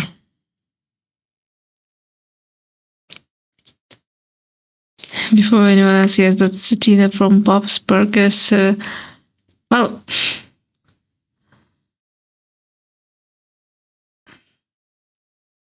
yeah, I mean, it's a good meme, but it's not exactly accurate for me, let's just say. The man runs the tip of his tongue over a fang, and for the first time since I stepped into that shadow, I feel something other than dread. My face grows hot. I didn't mean to assume. I'm flattered, really. Did you think I could pay to pet my ears? I just need my key back. Ask nicely. I might even let you tug my tail. Just throw it here! So some splendid little street urchin can snatch it and run? He's so cute when he's angry. That looks pretty true to me. No, not true. He raises my key and tilts his head so he can watch it dangle back and forth. I suppose I could just claim your room for myself. Not that I'll be caught dead slumming in the wick with the rest of those slack-jawed imbeciles. You're obviously not from around here, so tell me, traveler, what misfortune brought you to this wretched place? His voice practically drips with derision.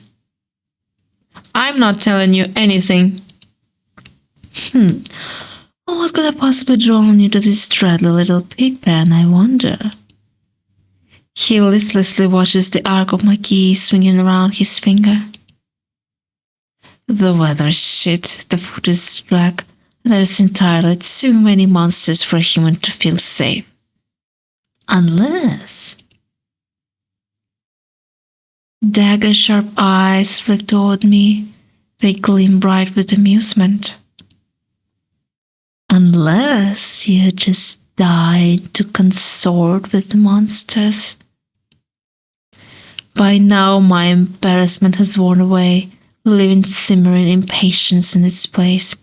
If this is a shakedown, it's the most frustrating one I've ever heard of.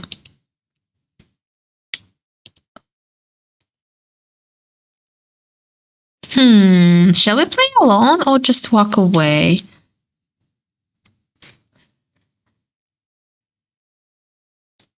I don't know. Look at those blushy cheeks. I mean, we definitely need our key back. We cannot just sleep under the roof or in the streets. I mean, like. But also, I don't really want to play. But also, don't really want to play alone with him. He's so sus. He's so suspicious as hell.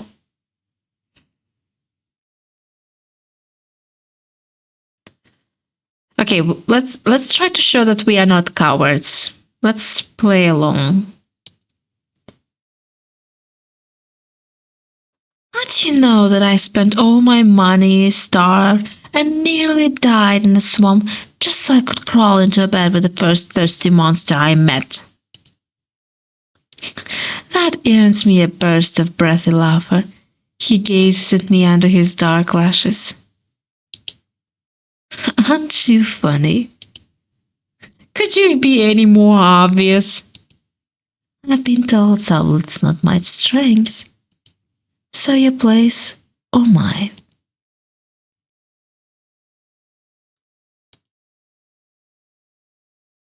Interesting. I'd invite you if I had my key. If only I had my key, I might be able to invite you up. His languid gaze glides from me to the key in his hand and back. Take my hand, and we'll go together. The more he flirts, the more convinced I become that this is some kind of trap. No matter how innocent monsters look, they always have tricks up their sleeve. And something tells me that this one is more dangerous than he lets on, even if he has a lovely laugh. I don't know what you want or why you are messing with me, but I am not coming any closer until I know you aren't going to attack me or bite. I won't bite hard unless you beg me. Of course he's a fucking flirty type. And holding the gasp so soon. Nah, that's not happening right now. No matter what I say, he finds a way to twist my words into innuendo. Even when I'm silent, he goes on as though we're having a conversation, not a standoff. Do you like dancing? There's a traveling troupe performing in Hightown tonight. Their lattice is utterly exquisite, truly a performance to die for. There is a life in this dreadful place, if you know where to look. You sound like you know the city well. The monster's gaze flickers from me to the key hanging from his finger. Naturally, this dump was little more than a miserable little smear on the map when I first arrived. High town, low town, I know Iridia like the back of my hand. Oh, what about the Cenobium? Do you know where that is? His smile vanishes. Surely you have seen it. That absurdly large tower looming over the rest. It's a little hard to miss. He must mean that spire I noticed when I first caught sight of Iridia. The Cenobium is overrated. Forget about it.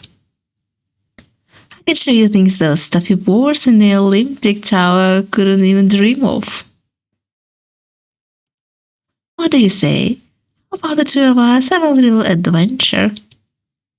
I've already got plans. Oh, Have you some pressing matters at the Cenobian? Lunch dates with librarians? Tea time with the most esteemed abbess? That's my business. What is matter to you? I square my shoulders, and the amusement bleeds out of him. Your loss. The stranger, finally bored of his own tennis game, extends his hand towards me. The key rests on his palm, neatly dividing his skin and leather.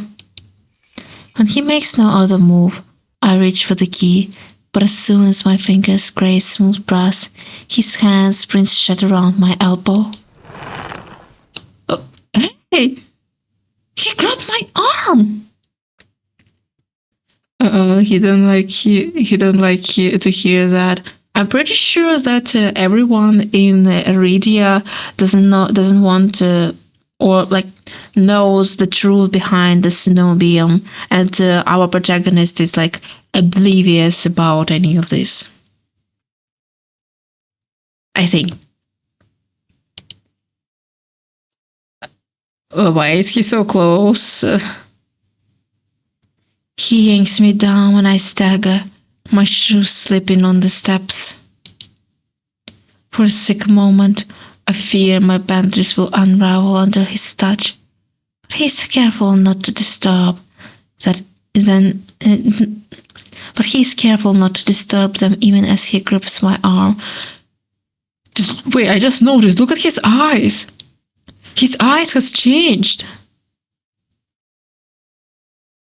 Remember they were like circles, but now they are like constantly clean. Okay, I'll be off on the road. Catch you guys later. Thank you for joining the stream, and hope you're having a good day, Bobby. See you later.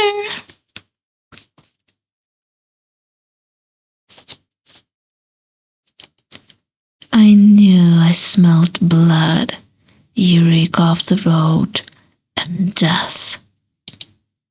And that fucking doctor. His voice, once silken, lowers to a smoky growl. The shadows around him seethe and boil. And something else. He murmurs against my throat, nose grazing my jaw. His breath trails down my neck, sending a thrill of dread through me. His wide, flat eyes gleam with naked hunger as he gazes at me. Let go! Just when I fear he'll bite, his grip loosens, and his eyes widen with awe. It seems I underestimated you. You are...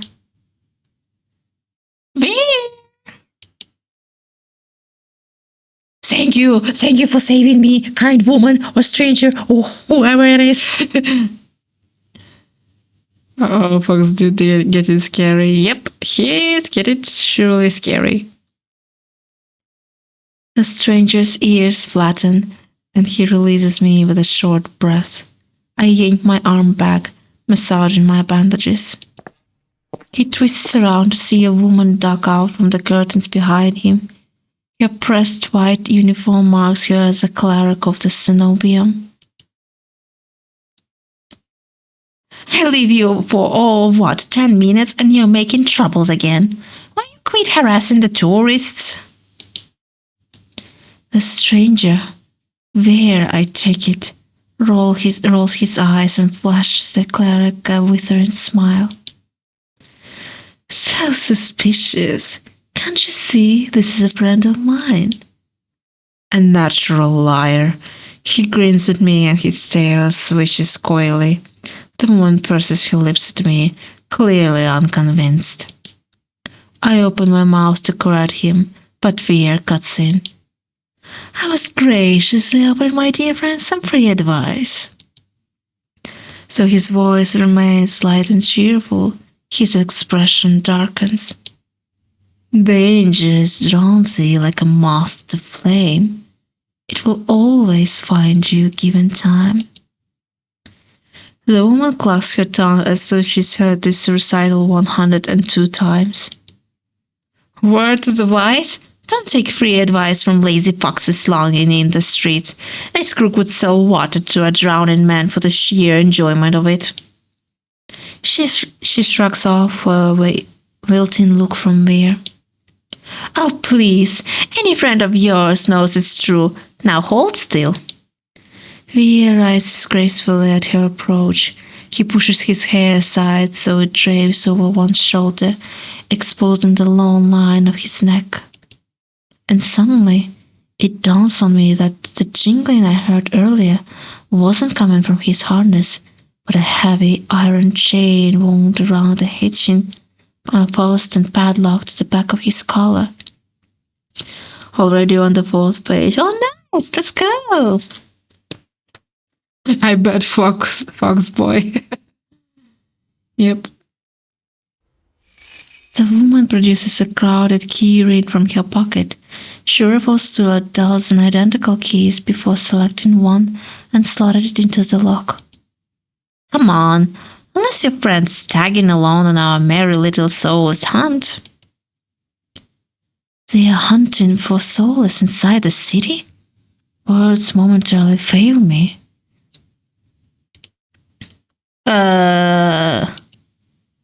The cleric regards me with a polite, if tight smile before marching down the stairs. Veer lingers. He stretches his arm over his head with a yawn, and I try not to stare at the way his stomach flattens when he arches his back. You got a little secret same as me. Try not to get yourself killed, hmm? Veer hops off the stoop and bounds after the woman. His tail sways merrily as though he can just lied and threatened me. Did you try that thing I mentioned? The Levantian knot? That the one where you take 3 fingers and actually, Don't tell me.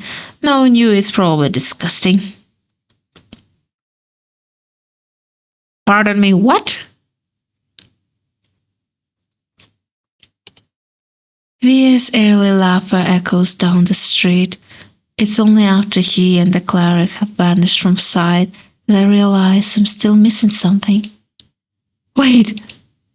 Reflexively, I shove my hands into my pockets and find it. The room key. I raise it to the light.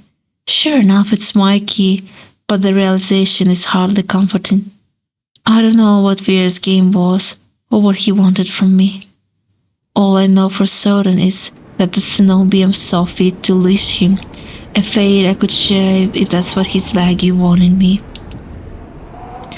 I let my eyes drift skyward, past the lanterns gently swaying in the breeze to the Cenobium, faintly visible through the haze. Just one glimpse is all I need, then I can put this all behind me. This time, the key goes into my coin purse for safekeeping. Okay, where we are going now? We are at the gates. It's easy enough to follow the winding streets, climbing uphill towards the distant tower. Hours later, legs aching, sweat beading on my forehead, I finally found what I'm searching for. The Cenobium of the luminous void. It stands at the highest point of Iridia, surrounded by cold white walls. Well-dressed people stroll down the walkways, ignoring the massive tower in their midst. I'm the only one standing before the gates. I crane my neck up until the top of the Cenobium spire disappears into the clouds overhead. My stomach gives an uneasy lurch. So far grander than the humble shrine of my youth, the Cenobium is eerily reminiscent of a gilded birdcage. Reminds me of a scene from Owl House, a Disney show. Oh, that's cool. Personally, it kind of reminded me, maybe not so close, but like almost like a library, like a desert library from the Avatar: The Last Airbender. Personally, to me.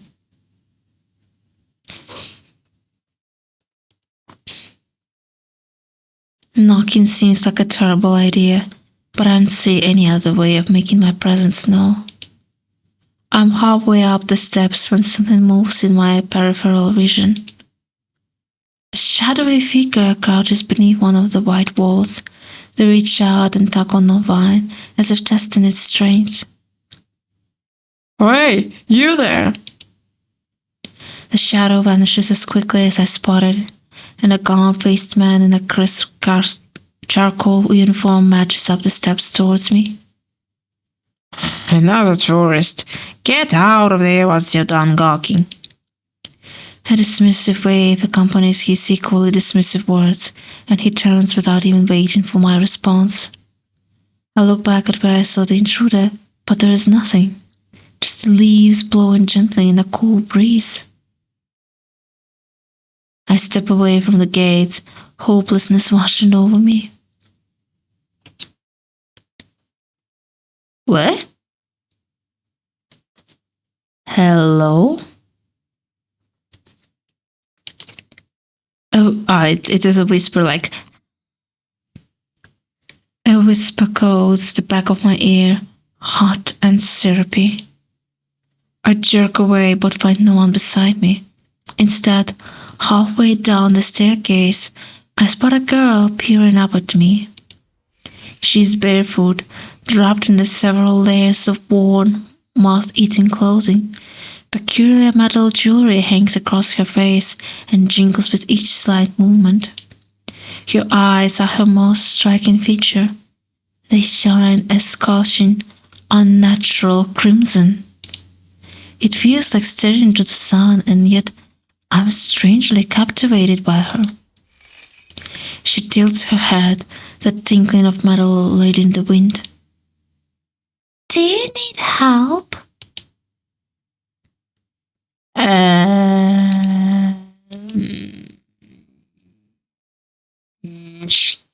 Shall we lie? Because I don't think that this girl is safe.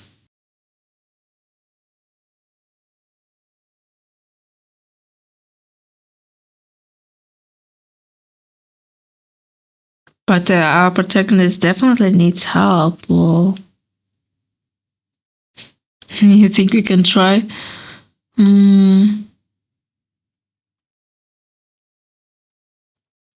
I think, well, I saved, so here goes nothing.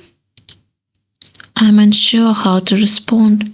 The air is charged with a mysterious energy, as if each of my words is worth its weight in gold. On the off chance she can help me, I might as well be somewhat truthful. I do, but wanting it is another question. The giggle she makes is a shimmering, fluttering sound. You're honest. I like that. She dips into a polite curtsy. My name is Iris. I was like you once, hopeless and alone. The ones in the tower won't help with your pain. I might be able to, though. I try not to dwell on the fact that I am recognizably desperate. Instead, I focus on her vague offer as I descend the steps. You don't know what I'm looking for. You need what everyone needs in this world. A miracle. Iris turns and my thoughts abruptly scatter. Pitted skin snakes down her shoulders, blooming from a gaping hole in the back of her neck. A shuddering breath escapes me. The fuck? Whatever disease she had consumed her from the inside out. Pardon me, what? Whatever disease she had consumed her from the inside.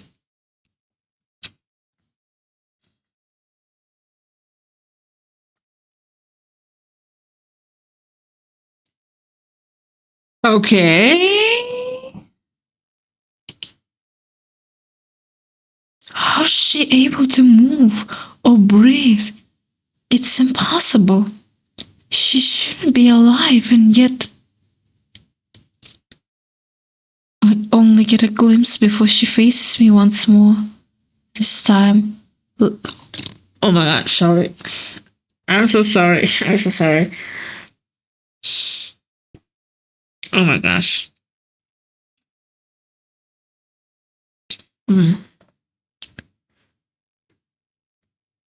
I only get a glimpse before she faces me once more. This time, looking a bit bashful. I know it's not pretty, but that's not what matters. This spring can cure anything. It can cure you too. Her shining eyes flick to my bandaged hands, then up again. So quick I nearly miss it. You okay? Just, little burping sounds that I don't want to escape. But if it happens, I try to either move myself away from the mic or mute myself. So all is good. I stand there, wordless. It's a twisted miracle, but a miracle nonetheless. She extends a hand out to me, her delicate fingers outstretched. I can take you there, if you'd like. You can decide on your own when you see it. Her hand is frail, marred with tiny wounds. It's the epitome of vulnerability, the complete opposite of the Cenobium's mocking, impenetrable gates. And if I say no? It's your choice. The truth is, I don't have much of a choice. Not right now, at least. I wonder if Iris knows that somehow. If there is any hope of finding a cure, I need to follow every lead, including seeing this sea spring for myself. Let's take her hand. I cautiously slide my hand into hers. Her skin is ice cold through my bandages. We descend from the highest streets, abandoning their guilty decadence as we cross the river. The wet, derelict districts hold more familiarity for me. You think we could see her or something? I don't think there is a sprite of her or something like that, so I doubt.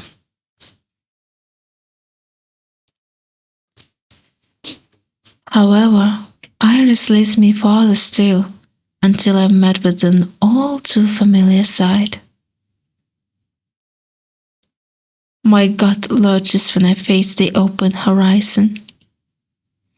The sea spring is straight ahead. Adira's outskirts are hardly recognizable in daylight, but venturing beyond city walls is a gamble I wasn't prepared to take so soon. Yep, because it's the place where we first died. I shake my head and pull away from Iris. I'm not leaving the city. She circles in front of me with a placating gesture. Don't be scared. I promise you it's alright. You're as safe inside the city as outside of it, and this stretch before you is the safest of all. Yeah, I somehow doubt about it. Okay, she seems sus. Yeah, she's so sus. She casts a wistful gaze out over the waste, as if admiring something beyond their vista. This region belongs to Ace. Some call him a gang leader, but he's much more than that. So who the hell is Ace? It's difficult to string my thoughts together. Only a fool would leave the city, but the primal instinct tells me that Iris isn't lying. She twirls around with another curtsy, jewelry twinkling playfully in the sunlight. Her doe eyes soften with a smile. As I said, it's your choice. Thank you for coming this far. I hope we meet again, Ileana. I didn't tell her my name, right? I didn't do it, right? Right? I blink and she's gone. Confusion grips me as I look around, searching for any trace of her. But I'm completely alone, with only the vast nothingness of the wasteful company. Did I just imagine everything? No, that whole encounter was real. Again, that primal instinct insists on it, just like it insisted on Iris' honesty. The sea spring is straight ahead. If it managed to cure Iris, I need to see what it can do for me. I think you're right. Never ask you. Yeah, I think that sea spring that she was talking about is some kind of a spirit that messes my mind. I think. I venture forth, nerves and determination roiling together in my chest. My heart pounds with each step I take from civilization. It doesn't take me long to realize it's not the only heartbeat I hear. Like a flitting gnat in the back of my mind, I'm certain there is another pulse stumbling through the earth underfoot. I felt this presence before when I first set foot in Iridia. It's like a living dread coursing beneath the city.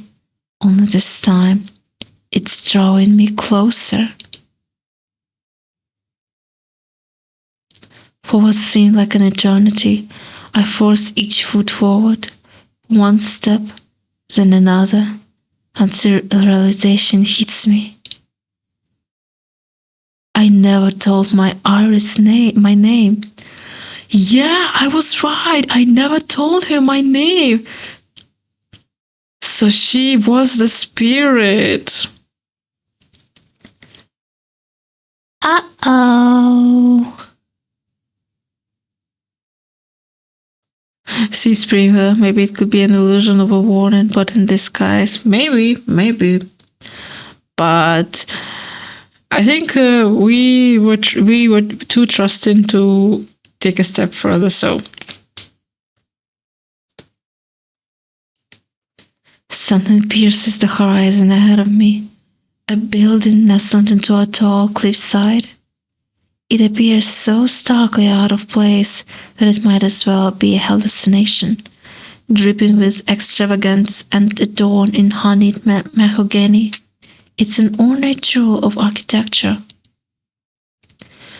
Dark silhouettes scattered in on both sides. Trees, I think, until I'm close enough to realize that what I mistook for branches were spikes and jutting tendrils. Soulless. Several of them watch me in the distance like statues. Uh-oh. Flashes of lightning chase me, the gushes of blood and screams of death, the smell of burning flesh and soul bile. I can't go through that again. I won't. Exploding into a massive sprint, I push my legs as fast as they'll take me towards the decorated building. The next thing I know, I'm dashing up wooden stairs and crashing into the tower and double doors.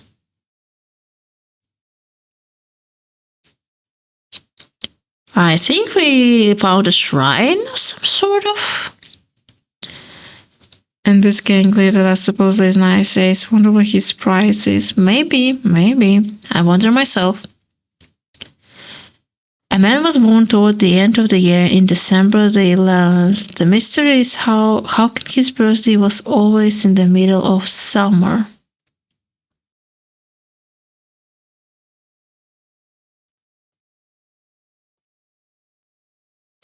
A man was born towards the end of the year in December the 11th. The mystery is how can his birthday was always in the middle of summer.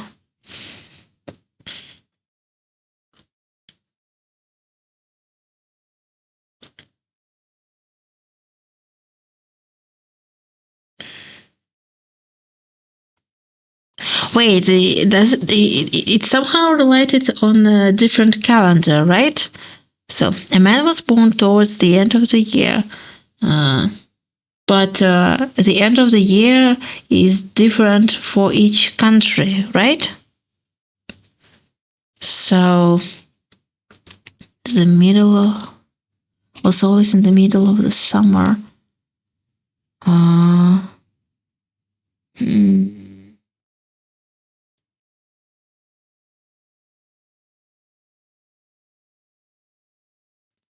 Let me think. I know that. I don't know about you, but we also after the New Year we also have the day called Old New Year, which by old calendar it was 19th of January. I don't remember by the new one. Like I don't remember by Catholic, because I always used the Orthodox calendar. I never used the Catholic calendar, I must say.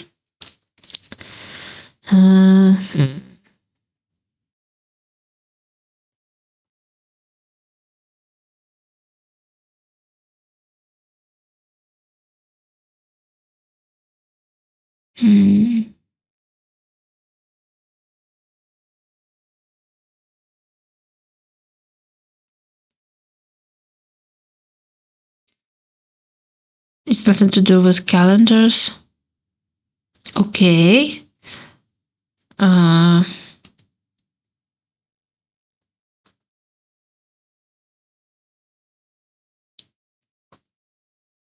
let me read again. A man was born towards the end of the year in December 11th.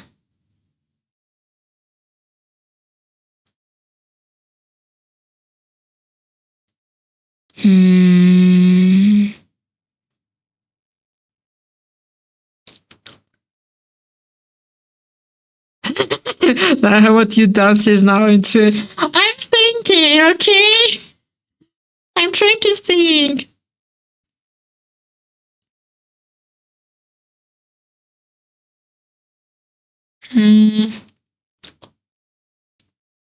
Is it like a mathematic?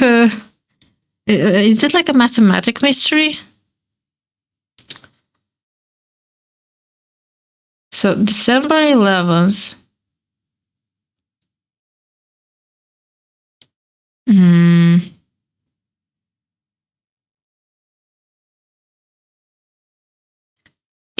Is it like a play word? Was always in the middle. Wait, wait, in the middle of the word summer or the word December?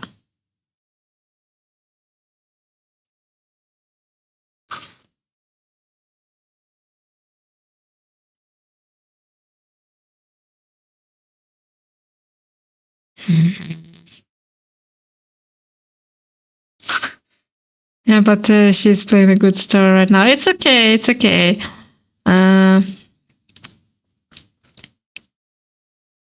Wait, December the 11th. It's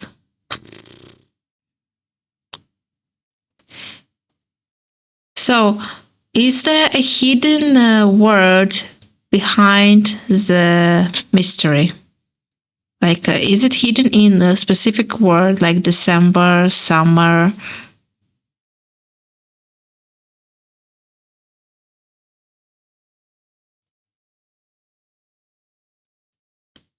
Is it like, wait, it's December the 11th, the miss. Okay, could be. So his birthday was always in the middle of summer. So December the 11th. Oh, I got you with this mystery. Yeah, you should have got me. Okay, a man was born towards the end of the year. Okay, December the 11th of December.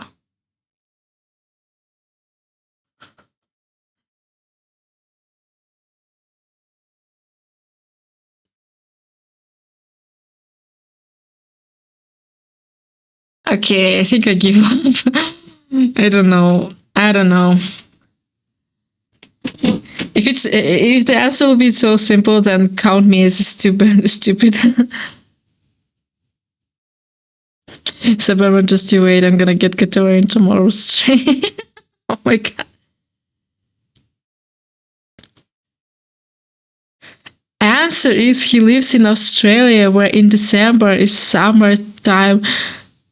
How the fuck? How the fuck would I know? Wait. What?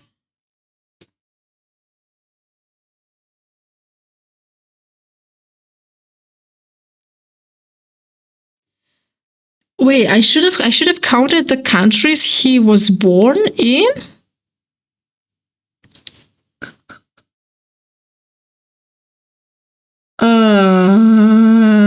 Okay, you got me, guys. You got me. Mind blow mystery. Yep, it is. My lungs burn from exhaustion. I gasp for breath, desperate to be safe. But when I orient myself with my surroundings, it's more Hell's Cave than Sanctuary. Well, I mean, it does look like hell, but it also kind of like a Japanese shrine, I think. Blood flows all around me, overwhelming my vision with a lurid, unholy red. Instantly, my hand leaps to my mouth, but the rotten stench of blood never comes. Instead, a smoky scent hangs in the air, sharp and spiced. I swallow thickly, convincing myself that it's not as gruesome as it appears. This has to be the sea spring, the place that grants miracles. Tall pillars flank me, blanked in written notes. Seating pillows scatter the floor. A rustic kettle that sits nearby. Someone must live here, despite how eerily empty it is.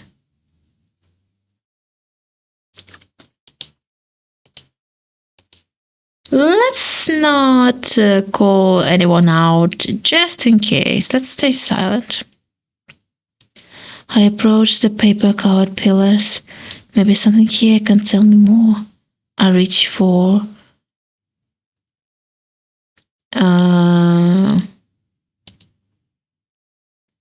let's try the top one. I reach for a note that's higher up. It reads, "No one will read this, but it's not for anyone else. This is the evidence I existed in this rotten, grim world. Even so, I wish I could stay longer. The bug girl will be lonely without me. I should have told her how I..." The rest is scratched out. I wonder who wrote this. Before I can ponder it further, a sharp chill runs down my spine. Someone is watching me. You sound like a ninja. Yuppie. I quickly set the note back, my eyes darting around the wooden deck, but it's still empty. Finally, I look towards the sea spring. That stillness hides something deeper, something wrong and familiar. Hey. Who's calling me out? I spin around and come face to face with a pack of soulless. Uh-oh, we are surrounded.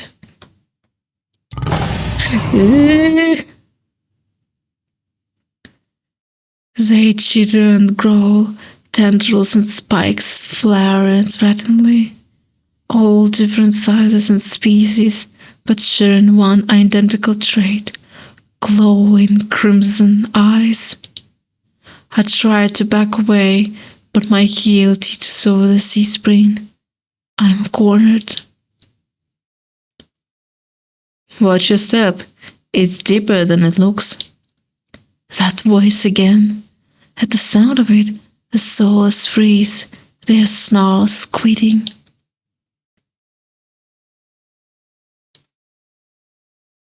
Oh? I searched for the voice's source and find it above me, longing in the rafters. Okay, we got a demon boy here. You look lost, little sparrow. His gaze is a violent crimson, one that sears through me, leaves me feeling raw and exposed. They are the same eyes I've seen over and over. First with iris, now with the soul circling me, all bound by the sea spring's blood red. In the shroud of darkness behind him, shapes like massive tentacles twist and coil around the wooden beams. Oh yeah, I just noticed that. And only one at that. Yippee! I think we got ourselves an Oni. But it's definitely clear that whatever this so-called sea spring is offering, it's definitely not a miracle or solution for our character. I can't focus. The soulless scrolls ring in my ears. They are not advancing, but that could change at any second. Panic rises in my throat as I struggle to track them. Hey! Eyes on me. My stomach rolls as I tear my eyes away from the soulless. Don't ignore someone who is talking to you. It's not polite. Well, can't you see that I'm surrounded by fucking soulless? Why, I think you think sea spring could be a lie, seawater, but blood's red really tips you off. Maybe. I mean, if our previous encounters said that Cenobium will not help, yet we see that the sea spring is also not really offering any solutions, then what else is left? That's the thing. We don't even know what's left of for us. For a moment, anger knocks my fear aside. Who is this bastard?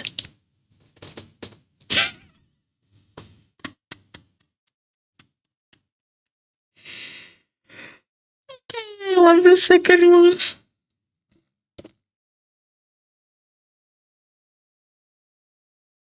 I'm gonna say it. Fuck you. I look right into his unnerving eyes and hold his gaze defiantly. Fuck you! Is that better? A crooked grin cracks across his face. We will work on it. I scan the soulless again. They really aren't attacking, and are posturing more than anything else. It's as if they are waiting for commands. What if Iris was a ghost? I'm pretty sure she was a ghost, because otherwise how else she suddenly disappeared in front of our eyes? Oh, that may not be a good idea. Well, too late for that. Did you tame them? Power of the sea spring. They are hungry, so they might bite. You could give me a reason to stop them. How about I didn't do anything wrong? Trespassing. And that's punishable by death? He gives a non-committal shrug. Expecting mercy was your first mistake. My voice stops in my throat. This bastard stirs coolness is both infuriating and terrifying. I rack my brain for a way to defuse the situation.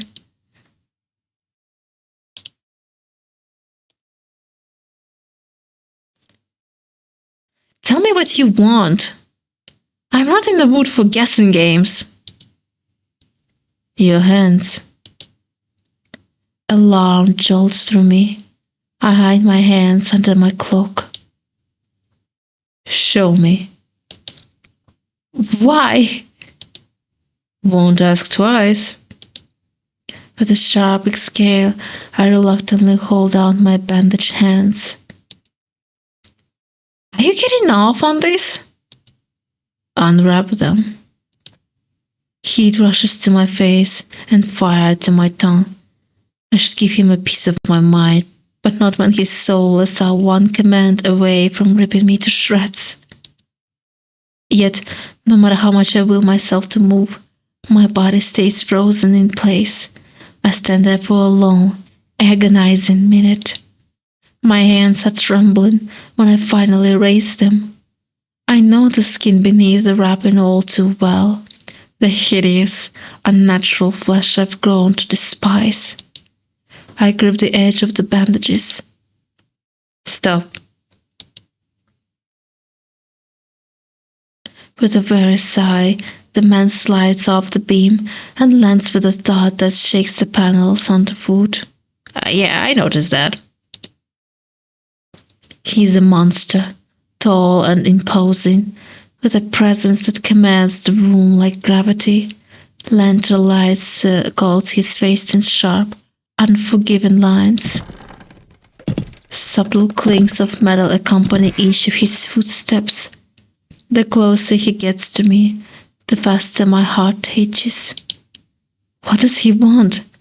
Is he going to kill me? I step backwards and find nothing to set my foot on. I'd forgotten my back was to the C-spring. I fall right before a warm hand catches my lower back.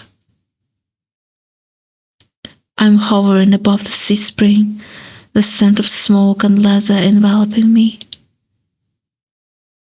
Blazing eyes bore into mine. Did he catch us? Told you to watch your step. I'm too stunned to muster a response. Like I weigh nothing, he guides me back to solid ground. Following a subtle gesture from his fingers, the souls around us disperse and relax. The shift in their demeanor is so abrupt it gives me whiplash. The enormous tentacles are no longer in the rafters, so now I doubt I ever saw them at all. Either way, I let out a breath of relief. Thanks.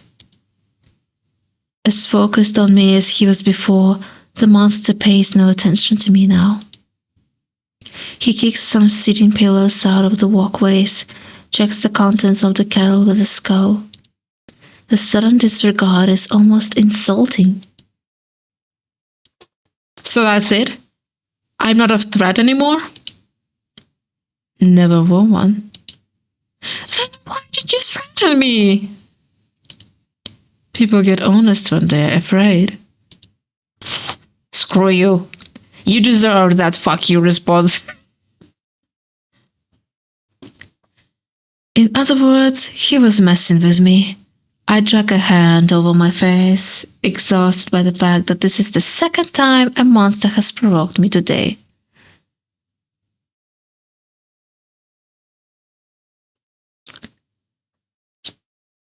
Some months has 30 days, some has 31, so how many has 28? I think I know this one. All of them. All 12 months have 28 days. Right?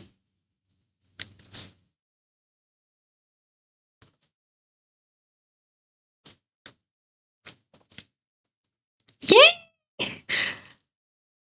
Yes, I guessed it right.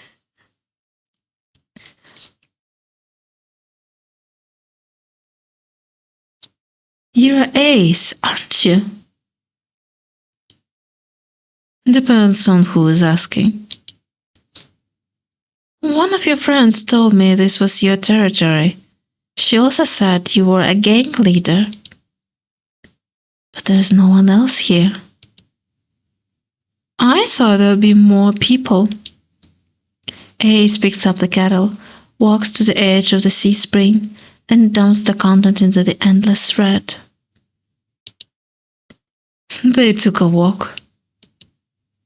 His pleasant smile touches ear to ear. Then in an instant it drops. I get the sense that I shouldn't ask about that again. What do you need the sea spring's power for? Depends. Can it cure a curse? Probably. You mean you don't know? Nope. He shakes out the empty kettle and starts collecting stray cups, tidying up. My frustration builds. I narrow my eyes at him in a questioning glare. When he notices, he returns it with an amused smirk. Are you being irritated on purpose? Listen, Sparrow, the sea spring can cure anything. Nothing's stopping you from trying it yourself. What do I have to do? Drink. I have to drink from the sea spring? My eyes glide to the blood-like pool beside us. Sorry. The idea of ingesting the liquid makes my guts churn. Is there a price? Always. Ace taps his temple with a finger. You lose it a little bit. That's it? I have already beat it to the punch. My humor earns me an amused, fanged grin. This is a little different. When you drink from the sea spring, you forget who you are. Your mind combines with everyone who ever drank before. Humans, monsters, soulless. One big happy family in your head. I knew it that it is a bad idea to do it. Suburban, trust me, a lot of people do get it wrong. Yeah, but the fact that I heard this joke, not joke, but I should not call it a joke, but it's like a puzzle, a mystery. But I did heard about this one before, so this is how I guessed it correctly, and it's because all months have 28 days, like by default. It's just only February has 28, like in total, while other months have 28 days included, like 29, 30, 31st are also included, but 28. But every month have 28 days in total. So, yeah, that was not hard to guess.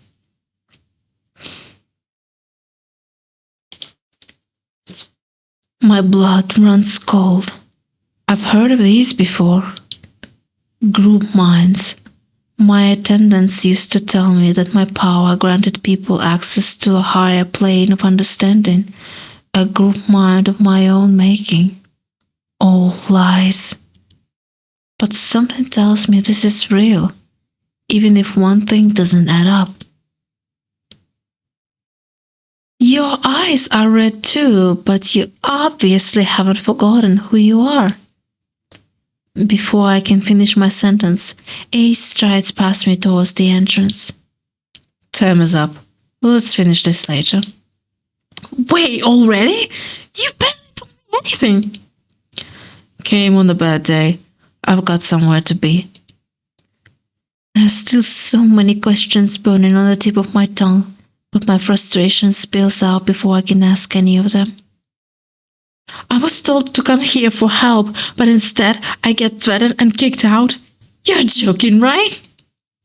Watch your tone. I'm nice, but you don't want to ruin the host's mood. My skin prickles. The feeling of being watched washes over me again. My eyes dart back over to the sea spring. A lone ripple dances on the quiet surface. I take Ace's advice and clamp my mouth shut. Ace approaches a nearby soulless, a lanky, dog-like one with 6 legs and a crown of tendrils. Several sets of red eyes adorn its slides. Ooh, jeez, oh gosh. Its forked tail wags rapidly when Ace squats beside it. He runs his fingers through the tendrils, scratches its chin, and pats its head. Oh my gosh, this is gross.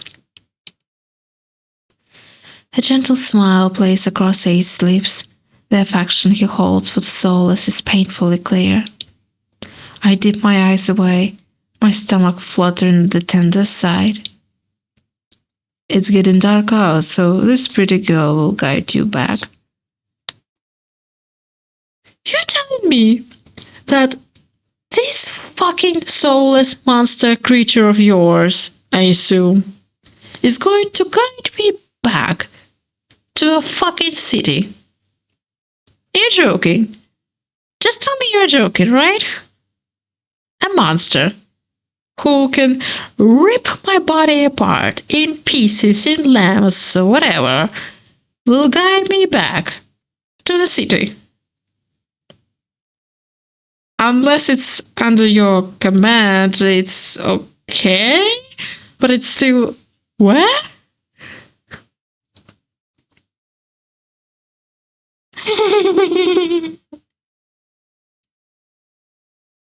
Better guide you back than eat you. I guess so. Following a short whistle from Ace's lips, it trots over to the entrance obediently, tail swaying. I watch the soulless warily. Pretty is not the word I would use to describe it, and the idea of it protecting me sounds absurd. If I decide to drink, how do I find you? Find someone with eyes like mine. I'll point you in the right direction. But think it over. Once you drink, you can't go back. It's a lot to process, but I give a small nod. At least I know I have another option for a cure, as disturbing as it may be. I follow the soulless at a measured distance and watch it nudge the giant doors open with ease. When I'm about to cross the threshold, I sneak one last glance behind me. My heart skips when I meet Ace's eyes. I'm about to snap my head away, but he just flashes me an easy smile. Till next time, Sparrow. I'll buy you a drink for scaring you. I don't trust myself to do anything but respond with another curt nod. Outside, more crimson-eyed souls scuttle about. It's hard to believe it's the same threadnet back from before. They chase each other in circles, roll around in the bog's mud. They pay no attention to me as the dog-like one escorts me away. It's an uneventful trip. Sometimes the souls look over its shoulder at me to make sure I'm still following.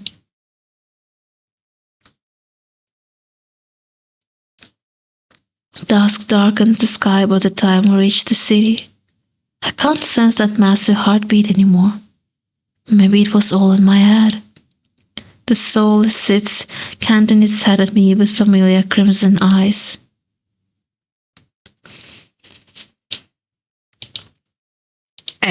Shall we pat this soulless?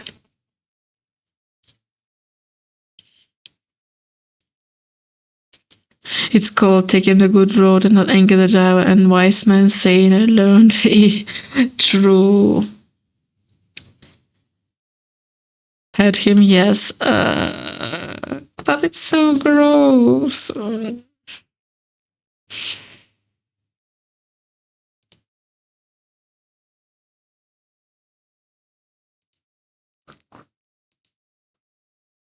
Fine, I guess.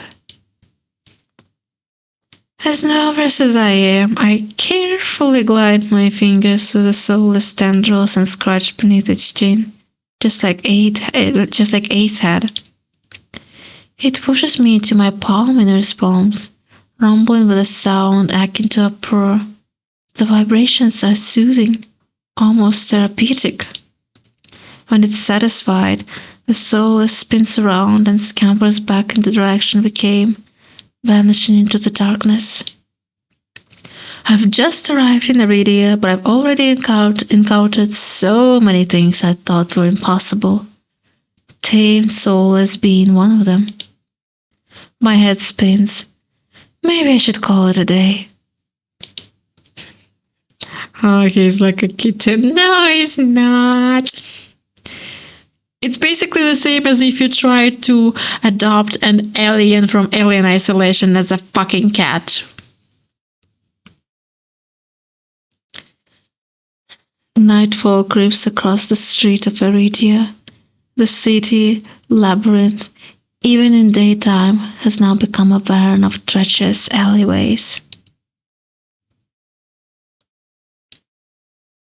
The streets are completely deserted.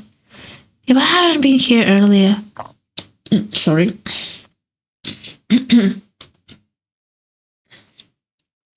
If I hadn't been here earlier, I would have thought this part of the city abandoned. Ew. My steps slow when I hear rustling in the dark. I strain my ears, but everything is still. Is the silence playing tricks on me? No, I'm not imagining things. I'm definitely sure that something is wrong. The fine hairs in the back of my neck prickle, a frisson of discomfort running down my spine. Something is wrong. My eyes dart from one side of the street to another, searching for movement, but the shadows are as deep and dark as pools of ink. I can't stay here. I need to reach a busier part of the city. Drawing my cloak tight around my body, I hurry. Though I keep my eyes sharp and listen intently, there's only the sound of my own footsteps. Speaking of which, have you heard of Lilo and Stitch? Yes, I did. I think I even watched it, though I didn't watch the live-action remake, and judging by the reviews, it's definitely not worth it. So I heard that the live-action remake completely changed the story, completely changed of the meaning of the Lilo and Stitch story. So I didn't bother looking for a live-action remake. So, and I don't really suggest you to do it because it's not worth it. So yeah. That's fine. They're going to make a rip-off, but rated R. That's a Disney for you. And unfortunately, it's honestly very sad because I used to like Disney cartoons and movies, and I even had I think I still have a set of tapes of movies with them. I really loved. I think I have a Little Mermaid, Tarzan for sure. I have. I don't remember which one. No, wait. I lie. Lady and the Tramp I have, which is one of my favorite movies, by the way. It's not Disney. It's a third-party movie called Zeno. Right? Really? It's not Disney? But wait, but wasn't it the Disney behind the production of the movie?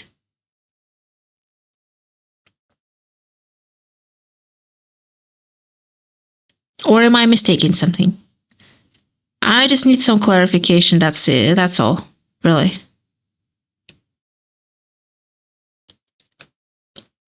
Because I know that for the past couple of years, Disney kept making remakes or live action movies of the old Disney movies, like Lion King and what else was the Beauty and the Beast. So I was just like assume that it's Disney. So. Yes, but I find it funny it took so long to make it about a girl who befriended a killer alien. Yeah, true. So true. Oh my gosh. Speaking of aliens, I tried to make an OC character alien, who is a thief. and he has a sort of virus on his left arm, and he is wandering around the galaxy in a search for a cure and in a search to steal like something. So yeah.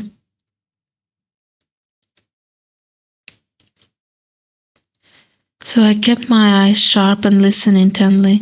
There is only the sound of my own footsteps. As the moments pass and nothing happens, I begin to wonder if I really did imagine that noise. I turn the next corner, and my thoughts come screaming to a halt.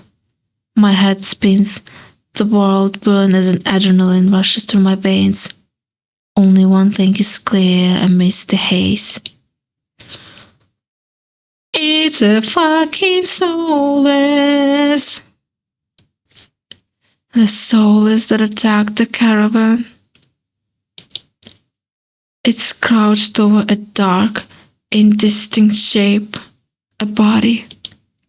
A garland of intestines spills from pallid flesh. Blood grouts the cobblestones. Holding my breath, I take a step backward.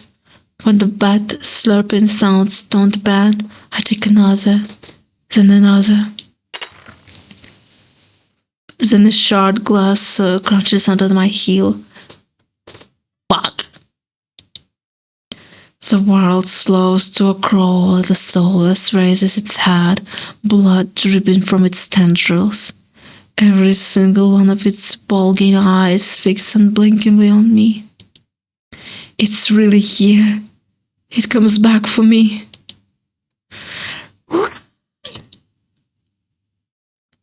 I'm off like a shot, running for my life through the darkened streets.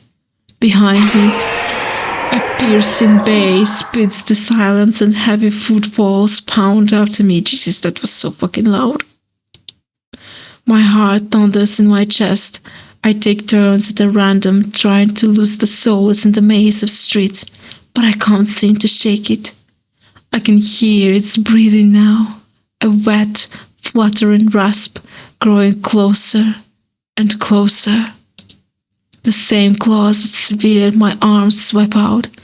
I duck, saved by pure reflex, and skid around the corner only to freeze. A wall twice as high as me bars my way, at a dead end. Behind me, the soulless looms. It's enormous, taking up nearly the entire width of the alleyway. Its long, claw-tipped limbs give the advantage of reach. I don't think we can fight back. Let's try to escape. As the soulless sprawls closer, my eyes dart from side to side, looking for an escape. This soulless is blocking the obvious way out, but right behind me, there is a rickety door that must lead into a adjoining building. If I can get inside, the soulless size will hinder any attempt to pursue me. I wail, grabbing at the handle. It turns completely, the hinges creaking as I push, and I feel a flash of hope before a wave hits the door from the other side and slams it shut. The click of the lock turning is grimly final. In this wretched world, few people will stick their neck out to help their own flesh and blood, never mind a stranger. The soulless gives a rasping hiss. It's the only warning I get before it launched for me with a flash of claws. I hurl myself to the side, but the slick cobblestones betray me. I fall sprawling over the rough stone. As the soulless looms over me, I scramble away from it until my back hits the wall. There's nowhere left to go. It descends on me for the kill. We're doomed.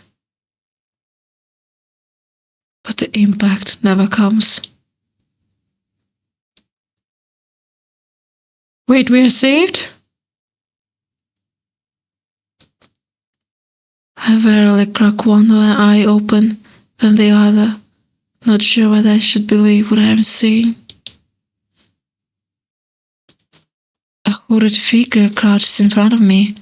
one blood-stained hand outstretched. Moonlight silvers the edge of their stiletto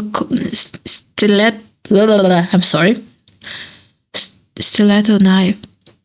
Their face and hands are spattered with blood and soulless. My eyes dart past my unexpected rescuer to the misshapen form behind them. Soulless many eyes, once restless and vibrant, now look dull and waxy. A red pool spreads slowly from under its body. Numb with shock, I can't help but stare. After all the people it's killed, after nearly killing me twice, I can hardly believe it's dead. Wait, it's not the same guy we saw at the gates to the cenobium, right? Yeah, that sounds cool. The thing with Marcy is that my character is meant to be a mystery, but maybe a type of alien. But that's a story for another time. True. The soulless wants to finish the job. Yeah, it wanted to finish the job, but I think we got rescued by this vampire-looking handsome stranger, I must say.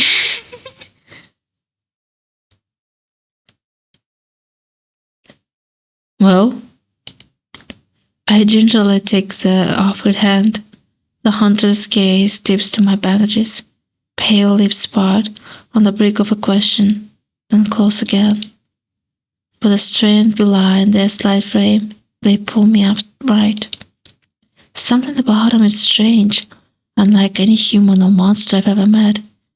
I can't quite place my finger on why, and that's first. Ileana insert blush hair. Shut up! Shut the fuck up! I can feel the tension in their grip. Their fingers tremble like they want to pull away. It's a sensation I'm all too familiar with myself. Despite their obvious discomfort, they pause for a moment, pale eyes sweeping over me. Not going to fall? When I shake my head, they hastily let go and back off, wiping the blood from their face and hands. The hunter turns away from me, the heel of their boot hitting the soulless gangly body. They lean over it, study it intently. Jeez, you look pretty. With their back to me, I realize that their hooded silhouette is familiar. I saw them outside the cenobium. Yeah, I was right. We saw him outside the cenobium. He was that guy. Vestigial or functional. I'm startled out of my thoughts when they speak, but they aren't looking at me. Can't all be perceived in the brain. Occipital lobes would have to be enormous. In fact, I don't think they are talking to me at all.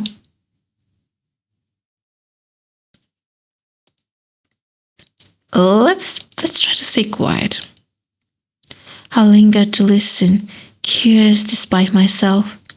They move to the soulless other side, still engrossed in their study of its many eyes. Sensory lag wouldn't be a problem, but how does it composite all the neurological input? I wonder. Maybe they caught sight of me in their peripheral vision, or maybe they heard me shift slightly.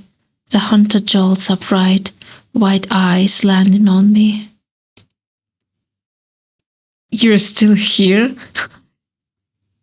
He's blessy. What do you want?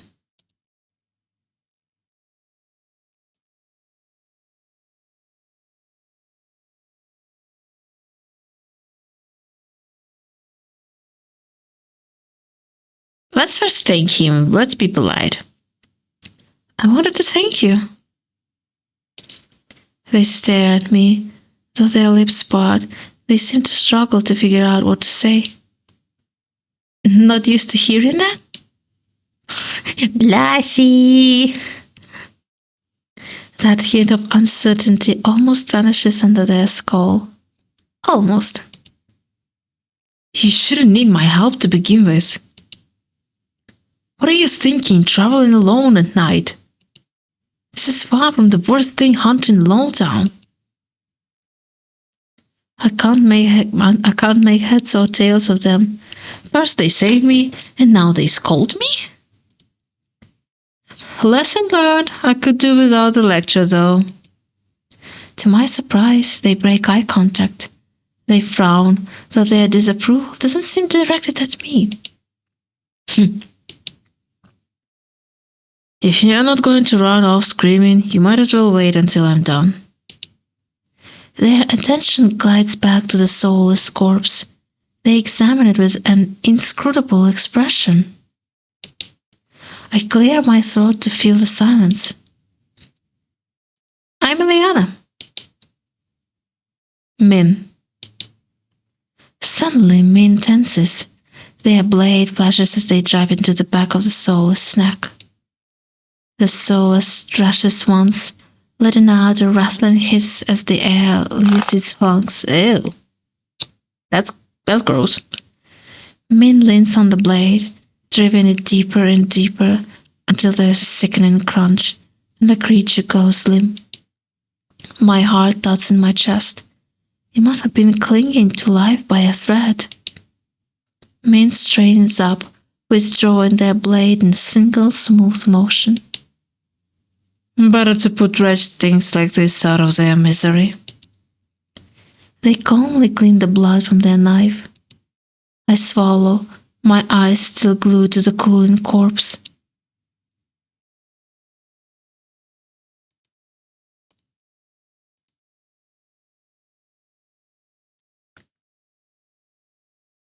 Good question, by the way.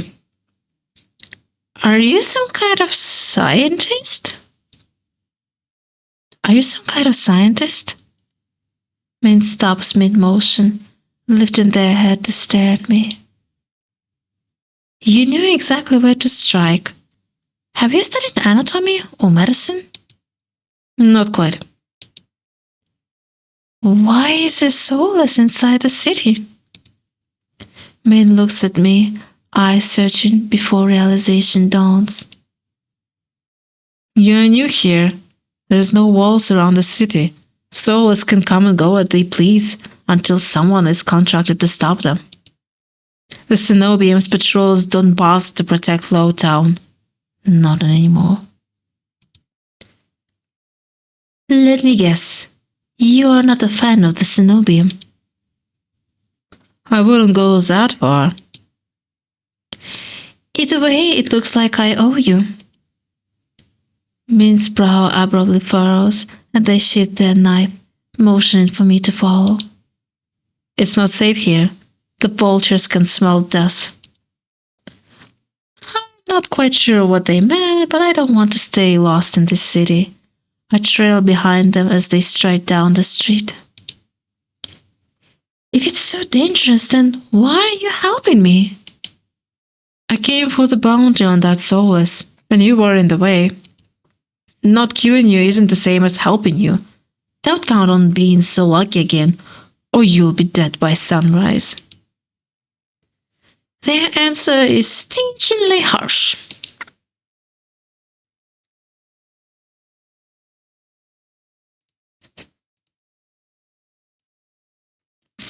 I think is it me or he is a kind of like a tsundere type?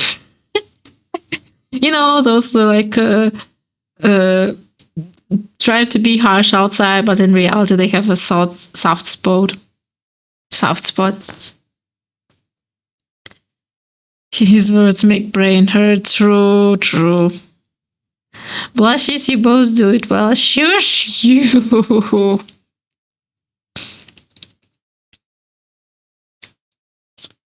You seem like it.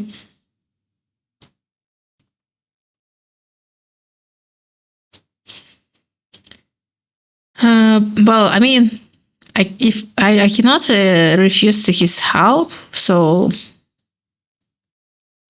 I just need to find my logins. I hold my hands up, trying to forestall any more snippy comments. Alright, I get it. I'd love to get out of your way, but I'm sort of lost.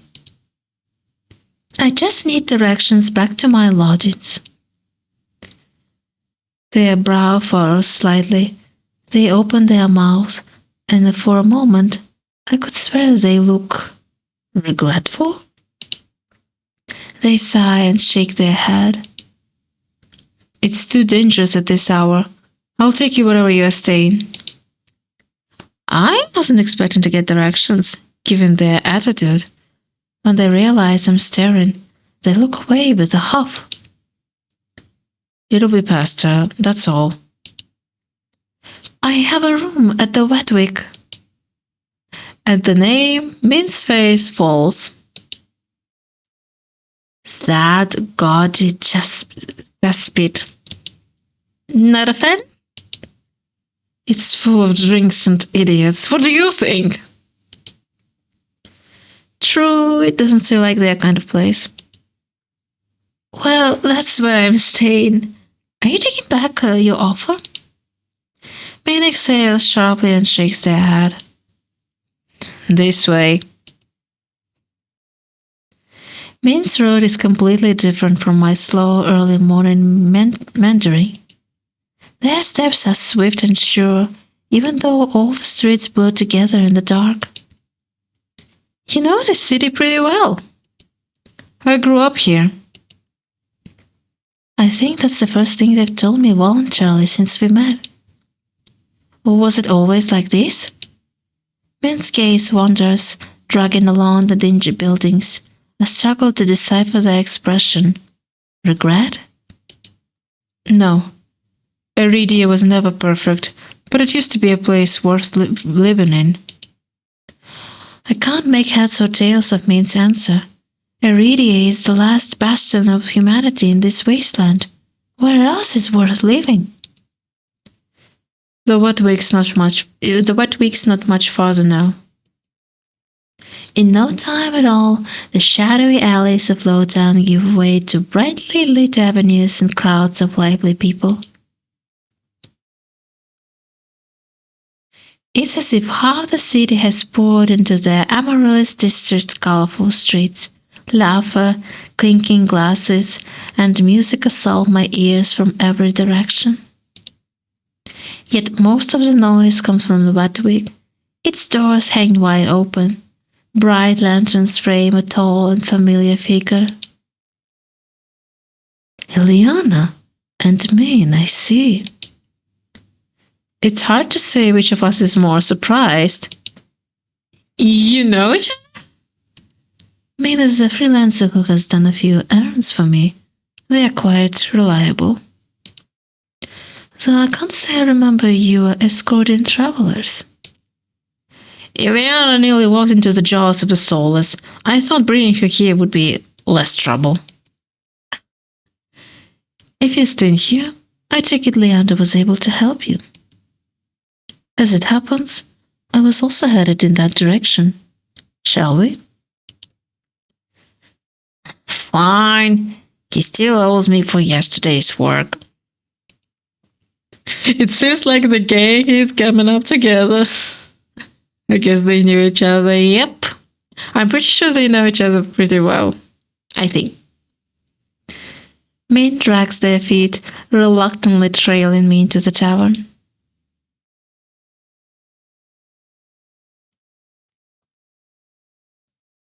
As soon as the doors open, a wave of sticky heat rolls over me.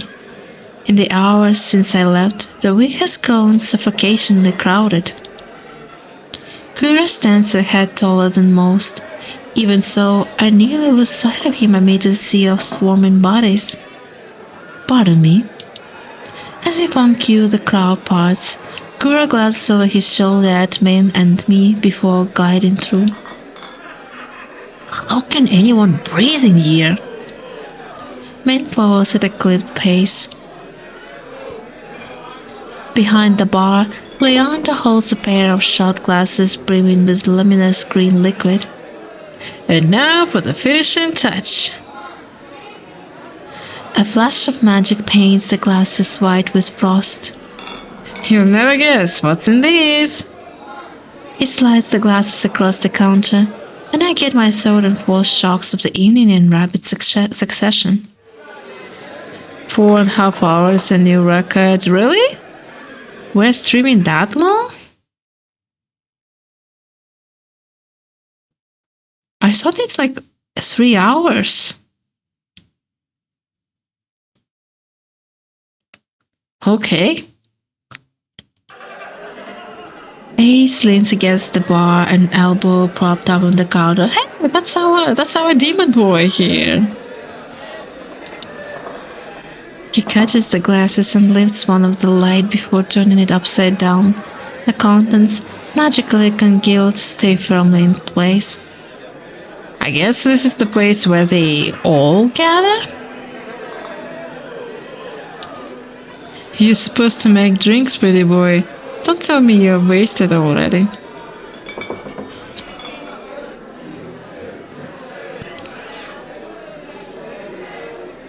And of course we have this foxy playboy or something like that.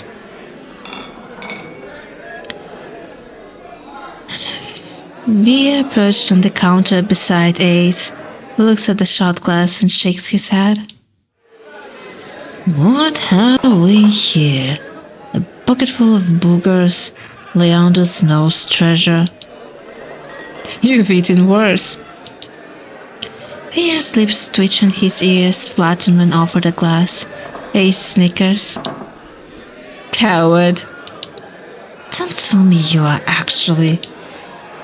In one fluid motion, Ace throws his head back and downs the shot. Drinking that. A dark look crosses Ace's face. It's chewy. Chewy? Wait, let me try again. Behind me, Min grumbles. I told you this place was a nest of degenerates. If it isn't Kura and Min. At the sound of Leander's voice, Min's pale eye grew wide. They look ready to bolt until Kura sets a hand on their shoulder. I think me and Min would get along because if it's too many people and too crowded place, I would honestly feel also overwhelmed and have a desire to flee out of the crowded place. I feel Min so much. I think it's different here for me, but yeah, the gang is here. Yippee! This will not take long, I promise. Min's eyes dart from Kura's hand to his face, then soften. Fine. You first. While they step forward, I linger behind, struck by a sudden revelation. All of the people I've met recently know each other. Good evening, Leander, Ace. Another drinking competition, I presume? Is it evening already? Just some friendly rivalry, Doctor. No need to be alarmed. Kura acknowledges Leander and Ace with a slight nod, ignoring Veer entirely. Not that Veer seems to mind. He tilts his head, lips curving into an impish smile when he spots me booting behind Kura's. Hey, don't even dare to glare at him. I don't care how pretty you are, Veer, but I'm gonna fight tooth and nail if you dare to touch me. You hear me? The gang is here for you to plush from them all. Shut the fuck up. I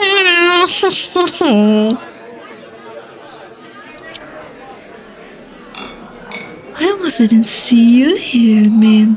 Looking for your booster seat?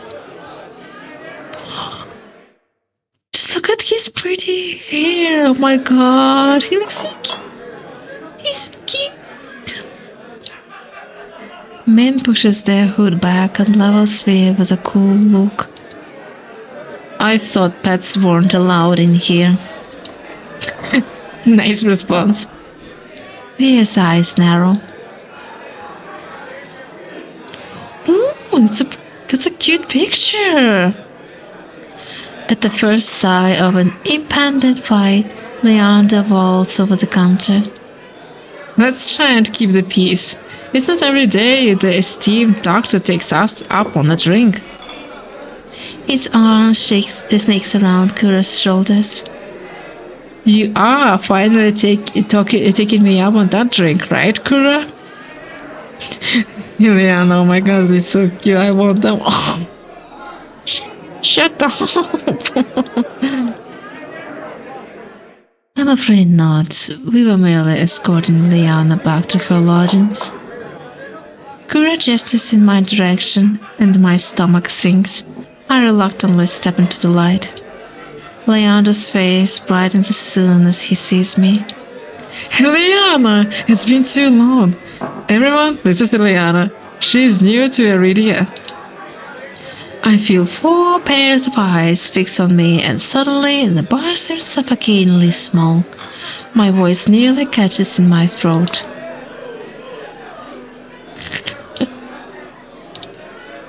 Hi. Hi, everyone. Again. I wish Stan could see this gold. He'll probably watch the VOD later or not. He already knows about all of this shit, so. Again, you've met? Ace and Vera regard me with slightly amused expressions. We did. Not that long ago either. To think we'd cross paths so once again. It must be fate. I roll my eyes. Vera looks far too pleased with himself. This calls for a drink. I'm buying. Oh, this is a nice picture. How do I screenshot it? I wonder.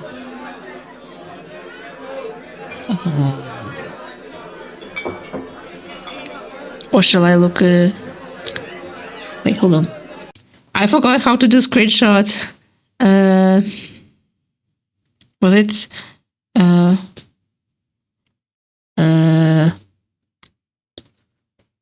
Well, hold on. I forgot. Hold on. Hold on.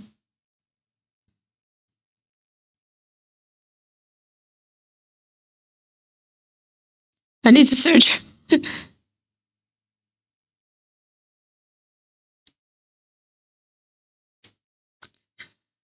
What are you on? I want to screenshot, but I don't want to save it on Steam, to be fair.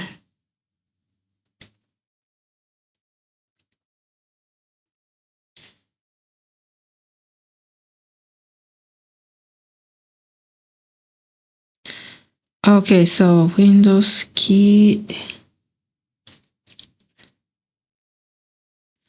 Okay, let me try. Okay, let me just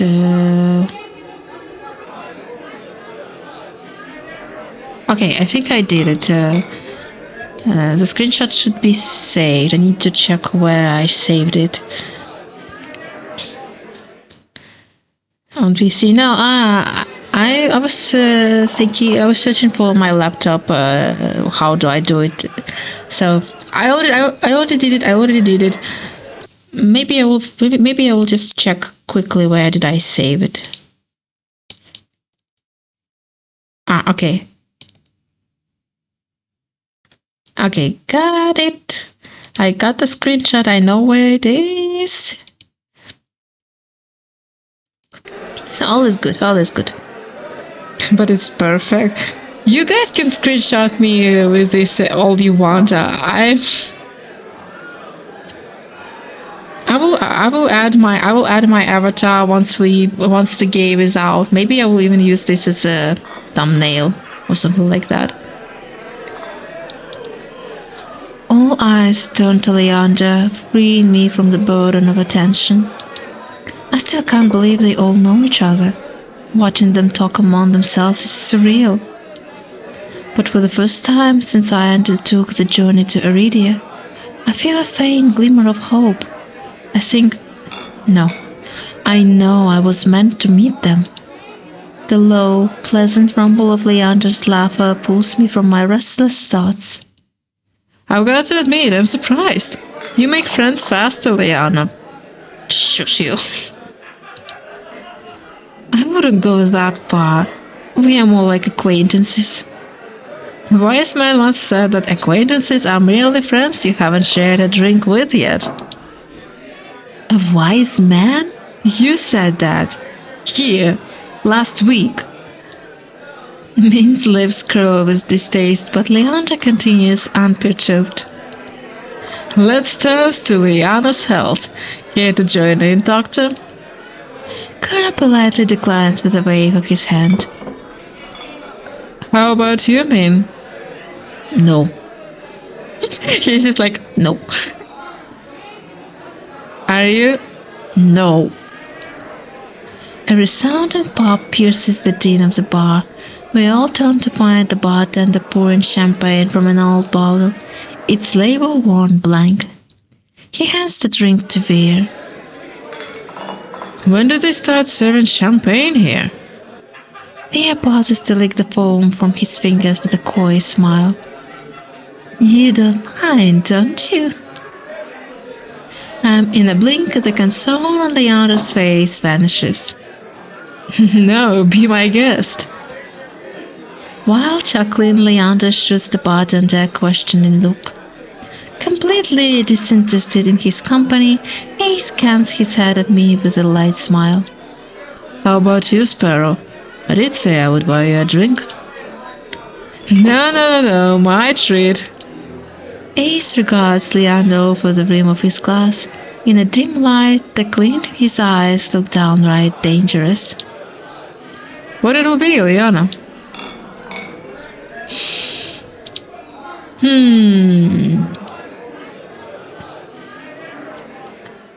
Well, yeah, you do. We are friends here in game and real life. True. Water break, yippee! Water is fine. Allow me. Leander pushes away from the counter to flag down the bartender. Min and Kura drift towards one end of the bar. Both seem eager to leave at the moment's notice, and neither has ordered anything. Ace and Veer linger. Sterile glasses stand empty between them, and the two show no signs of slowing down. We can choose with whom we can stay. Now drink real water. You got it. Just give me a moment. I will pour the glass because my glass is empty.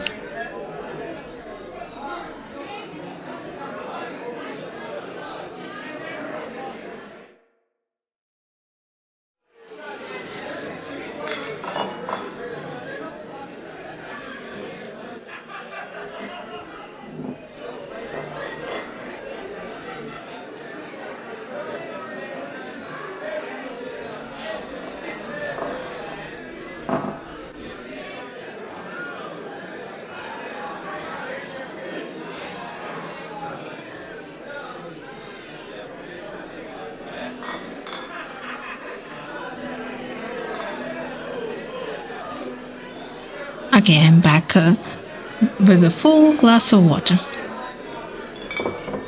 Okay, we can stay with Ace and Veer or follow Min and Kura. I don't really want to stay near this sneaky, suspicious fox boy, so I will go with Min and Kura. It's less crowded further down the bar, and my breathing eases. I've never liked packed spaces. Honestly, true. Same here. I mean, I'm a chatty person, but when it's too many people and it's too crowded, I get overwhelmed easily. Kura gave me a knocking look as I approach. Were the week's offerings not to your liking? Let me guess. I'll end up face down in a barrel after a sip of anything here. His mouth quirks, but he shakes his head. Quite the opposite. The drinks are notoriously watered down. It lowers costs while encouraging the patrons to overindulge. Mint looks up from adjusting the laces of one of their bracers. The only reason anyone bothers coming here is for the cheap rooms and cheaper drinks. Perfect conditions for terrible mistakes. It almost sounds like you're speaking from experience. Their pale face redents and they look away, scowling. Leander returns with a glass of water that I accept with a murmured thanks. He claps, drawing the attention of the group. Alright everyone, let's toast! May Liana's stay be full of bright adventures and discoveries. Cheers! Cheers! Leander, Ace, and Veer raise their glasses in unison. Maine only crosses their arms, and Kura watches with polite indifference. The water is bitter, cold, and tastes faintly metallic, but I savor it all the same. Gradually, the dean of the crowded bar fades to low murmuring. I find myself relaxing for what feels like the first time in years. Aren't you the popular one, Eliana? You must have met Kura first. The toast to Eliana may stream as far as we can meet.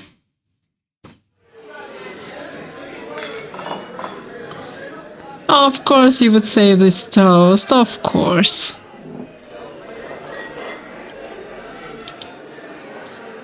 It would be more accurate to say that I found her.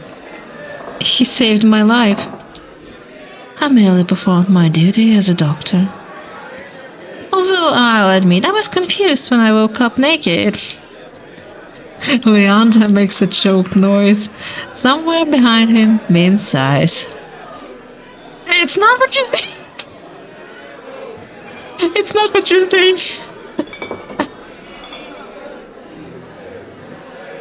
Eliana was in grave condition. I could hardly treat such injuries through tattered clothes. The silence that follows stretches uncomfortably long. I look away, unable to face Kura's disappointment, and catch V.A. snickering behind his hand. That's my cue to change the topic. Kura isn't the only one who saved me today. Don't you listen? I didn't save you. You were simply there. That's mean for you. Leander reaches for me, but they duck under his arm with practiced ease. As reliable as they are moody. You're the one to talk considering you neglected to warn her to stay off the streets at night. What? Of course I warned her. I think. Min's only response is a short breath. At any rate, I never got a chance to thank you, Min. Don't. The less soul is alive, the better. Min's eyes flick towards Ace and their lips twist. Ace is too busy nodding along to Pierce's enthusiastic pantomime of stubborn to notice. I've had enough of this hellhole. Let's go. Min and Kura share a brief look, then the doctor speaks up. Very well, but there is something that I must discuss with Leander. If you'll excuse us, Eliana. Hey, just like that, the three of them depart, leaving me alone to sip my water in silence. Or so I think until I hear a voice so soft and low, it's practically a pour. Lost your tour guide?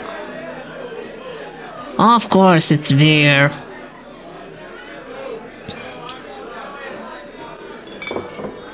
I turn to find two pairs of slit eyes strained on me. It's not lost on me that Ace and Veer chose to pounce the instant the others slept. Of course, I'll be stuck with the two most irritating people I've met all day. Monsters or not, there's no telling what I'll do if either of them push me again. Don't tell me Leander already snuck out back to get his snob slobbered. He's got business with Kura and Min. 2 in 1 business, huh? Lucky. I can't tell if it's the champagne or the company, but Veer has grown noticeably more relaxed. He sits with his chin popped on the back of his hand. His tail sways lazily. Why are you so far anyway? Come, join us. He passed the empty bar stool beside Ace, but I hesitate. The smile Veer wears is sweet and distinctly sly. And with drinks in the mix, I dread how he and Ace will mess with me next. We don't bite. Yeah, sure, I know that, how you bite.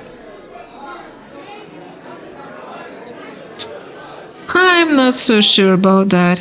He already tried to rob me, and you threatened me. Yep. Me? Steal? You must be mistaken. You sure it was me? Yes, it was you, and then you had the gall to kick me out so you could go drinking. Ace gives another one of his shrugs. Not to give you a reason to come looking. Miss me already? I stare at him flatly, unimpressed by his deflection. Veer suddenly leans toward me, gossamer sleeves pulling where he rests his elbows on his knees. Ace sets his hand on Veer's waist, narrowly preventing him from tipping over the counter. I'm afraid we got off on the wrong foot. How about we start fresh, Begin with proper introductions and whatnot. I will start. The name is Veer. I am a soulless hunter of no small renown. Veer's hand flutters to his chest, and he bows his head, flinching when hair falls over his eye. Ace doesn't say anything, so I suppose it's my turn now.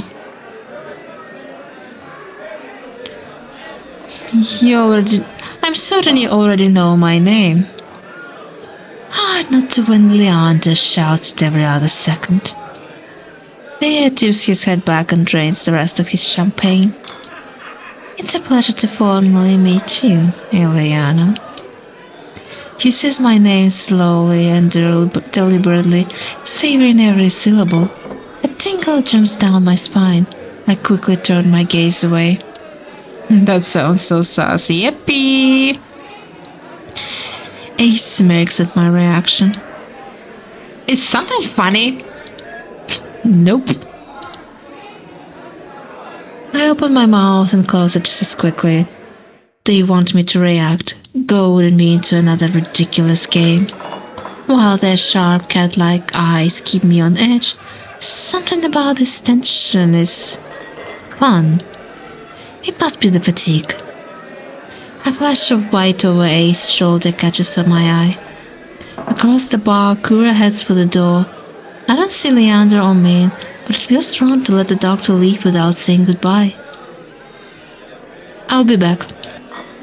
Mia grins and waves at me as I leave.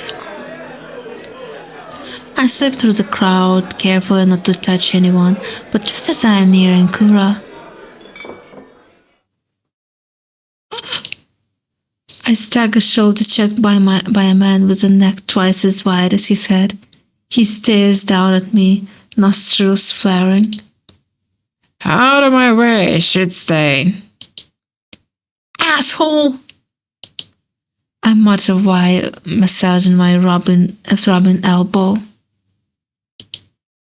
The lowlight wheels around, shoving an adder out of the way so he can close in on me. What did you say? He shoves me backward, sending me stumbling to the sticky floor. Uh-oh. I think I got myself in trouble. I'm fine, but my heart leaps into my throat when I see him bearing down on me. You trying to start something here? The lowlife freezes, his fist cocked back. A group of adders circle him, sizing him up. For what feels like an agonizing long time, the lowlife looks from me to the adders. Finally, he sniffs and spits on the floor next to me. The bat narrowly misses my cheek. Screw it. Too many freaks in this circus tonight. He turns his back on me and comes face to face with Ace. He gives the lowlife a dangerous smile. You'll do. What happens next is a blur. Ace's fist crashes into the man's jaw, causing a frenzy of gasps, shouts, and even cheers. I think it's getting into a bar fight. Kinda glad we don't have to see this guy. True. I scramble to my feet as the frantic crowd swarms around me. Through the ruckus, I hear Leander shouting, Take it outside, Ace! Everyone, drinks are on me! With that, the week erupts in hoots and cheers. Bar fight, yep. The ring around me disperses as addicts and onlookers rush toward the bar. Through the thinning crowd, I catch glimpses of familiar faces. Ace vanishes out of the back, dragging the lowlife behind him. Kura lingers near the door, searching, I suspect, for any wounded before he departs. Men draws their hood up tight as they duck out a side door, while Vera leans over the counter to swipe a glass of wine from behind the bar. And Leander, seated at the opposite end of the bar, gestures dramatically and apologetically at the bartender. In a heartbeat, I realize that there is no telling when or if I'll see any of them ever again. Whoever I pursue may be the last person I get to speak to tonight. And I follow. Okay, we can choose one person to follow. We have Ace, Kura, Min, Veer, or Leander. I personally stuck between Min and Leander because the rest is kind of shady. So, but I'm also don't really want to stay long in the bar, so I go with Min to mess with. Honestly, yeah. We can go to our precious Tsundere boy. Because Leander, I think Leander is kind of like a quote-unquote safe choice, I think. But I don't really like the crowd space in the bar, so let's go to Min.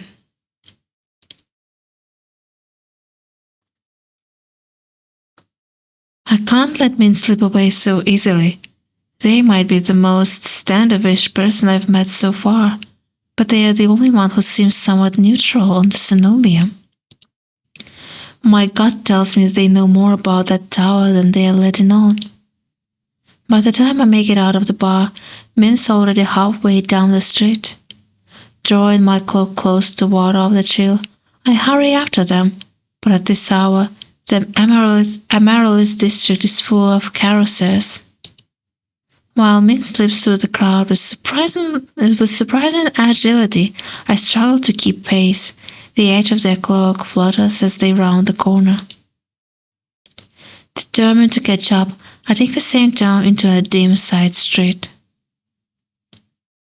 But Min is nowhere to be seen.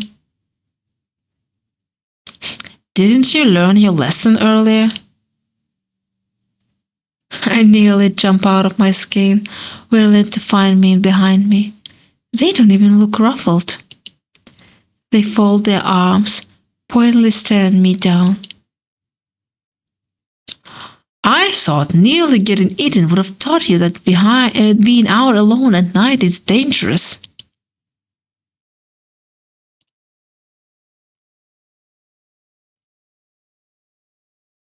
But I'm not alone. I'm with you, Min, right? It's a good thing I'm not alone then, isn't it? Min looks at me in blank confusion for a moment before realization dawns. Are you always so persistent? Ah, blushy. I don't really know how to read them. They shift between aggressive and hesitant without warning. I have no idea how to tell which way they will swing. But I can't help feeling a little thrill when pink sweeps across their cheeks. I kind of have to be. It's how I stay alive. Min recovers their composure quickly, mouth shifting into a frown. They glance away, eyes scanning the street. Their gaze lingers on a particular building, another tavern, before they look back at me. You've been lucky so far, but it won't last. Nobody in this city is trustworthy. Not even you? Especially not me. I have met claims that open up more willingly than men, but even if they don't talk about themselves much, they must have opinions on.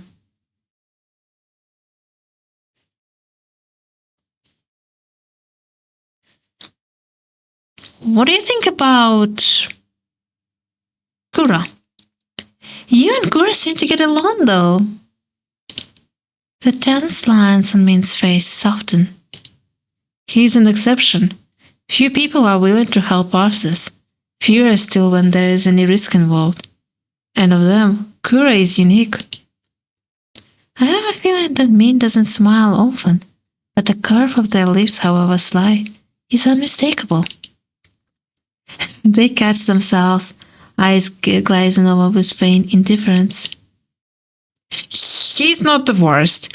A decent doctor, even if he asks too many questions. But nothing in Aridia is free. He didn't take any payment from me. He rarely does. That just means he's paying down the debt elsewhere. Okay, what do you think about Leander? Leander seems fond of you. He's an idiot, an obnoxious blowhard who can't shut up to save his life. Their words are harsh, but at complete odds with the flush creeping across their flushed face.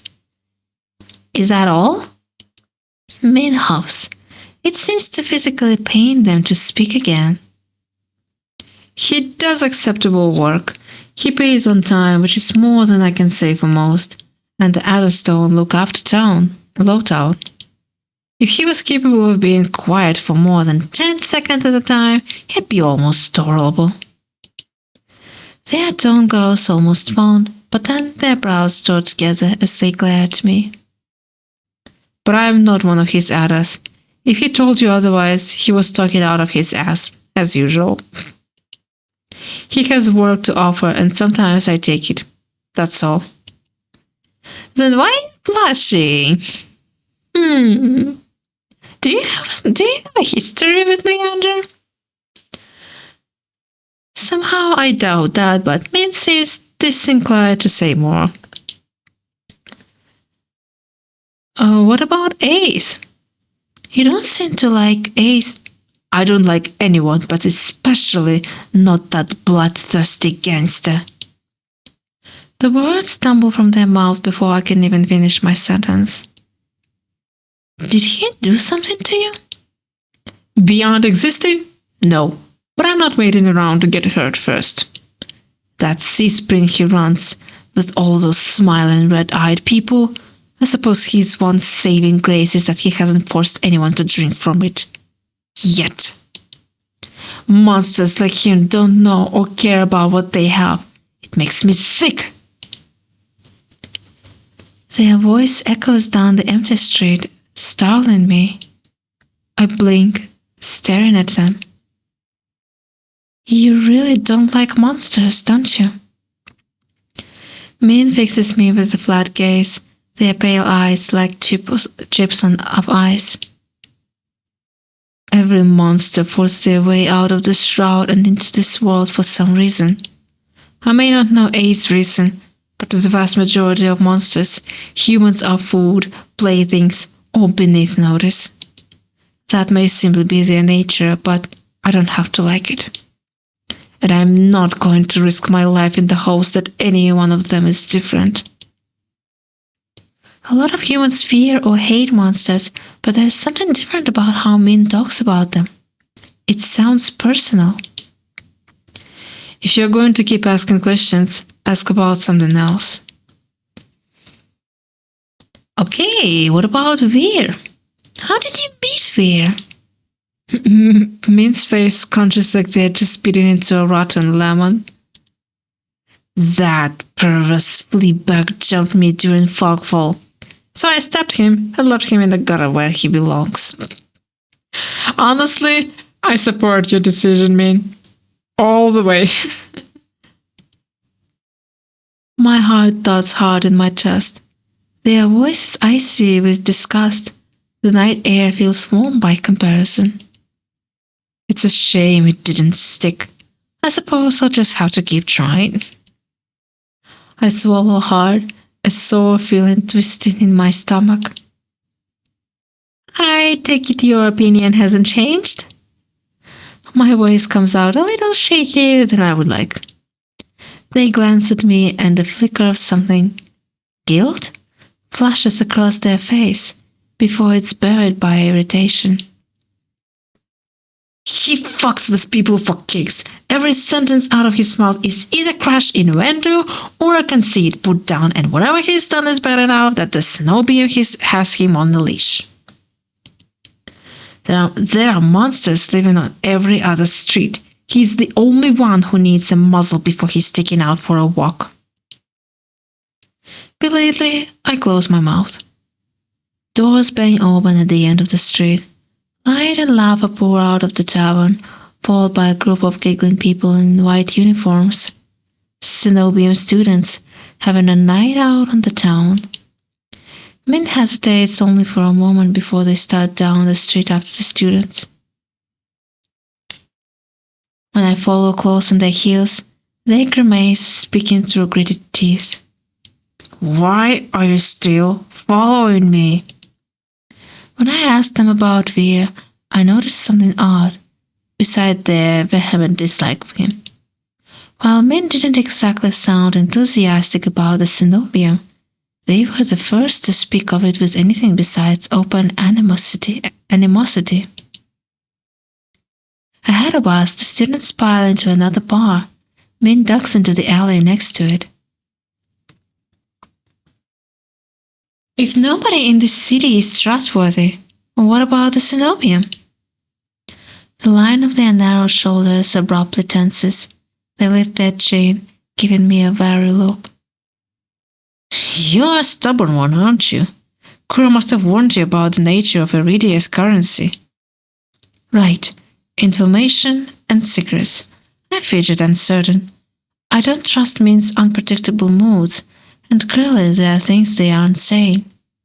Their eyes dip towards my hands, passing over the bandages like a razor, that steady gaze full of keen-edged possibility. I shiver, hastily shoving my hands into my pockets. They frown, but their eyes drift away from me to the window of the bar next to us. It's opaque.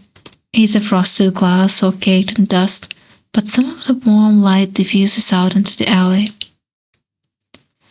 The Cenobium is a place of learning. If someone has questions that can't be answered anywhere else, the Cenobium might have the solution. Or at least, that's how it was once upon a time. These days, its doors are closed to outsiders. That's about what I expected after being shooed off earlier. Just as I start to relax, they speak again. Whatever you're looking for there, the cost may be higher than you're willing to pay. The sheer hypocrisy of their words ticks me up. What gives you the right to talk when you're doing the same exact thing as me? What questions are you asking that only the Cenobium can answer? That's personal. So there is something Min's looking for at the Cenobium. I suppose that makes two of us. If there are following groups of Cenobium students around, they must not be having much luck either. Everyone else seems to fear or hate the Cenobium, but you don't. They flinch. Spurred by curiosity and lingering annoyance, I press forward. You must know something about them. Something you haven't told Leander or Kura. But they are not letting you in, which means you are one of the outsiders. In the space between one breath and the next, Min closes the distance between us. Slender fingers grip the front of my shirt, and they slam me against the wall with shock and strength. Whoa, what? Why are you pinching me to the wall? The force of the moment knocks their hood back, messy hair fluttering around their face. I'm steadied on tiptoe. Min's lifted me nearly clear off the ground with a single hand. The realization sends an electric tingle down my spine, but before I begin to wonder what that's about, Min snarls in my face. You don't know what you're fucking talking about! The angry twists of their mouths draws my eyes down to the beauty spot at the corner of their lips. I can't stop staring at it. The marks incongruously delicate compared to their fiery gaze, their steel-bone grip, but then so is the rest of them.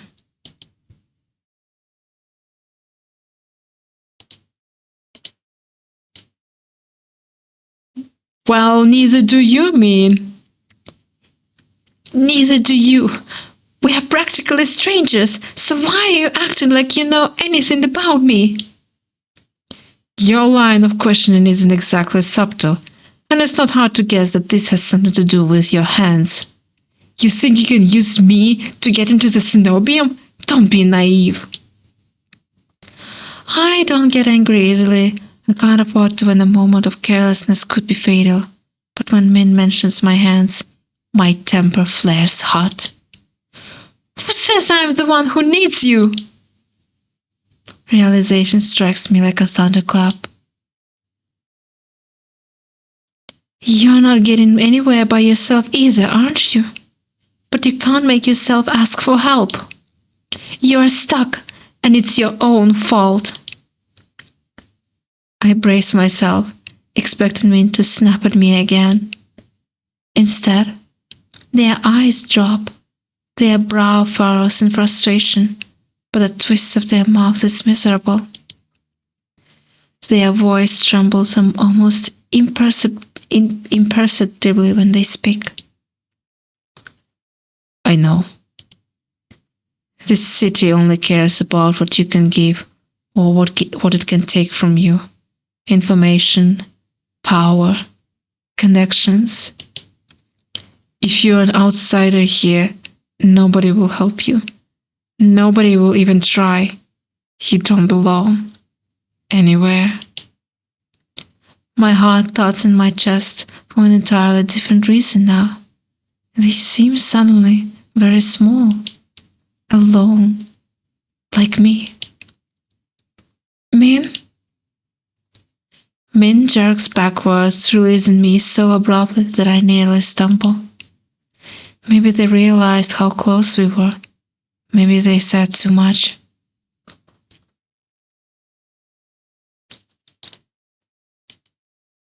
I think at this point we need to...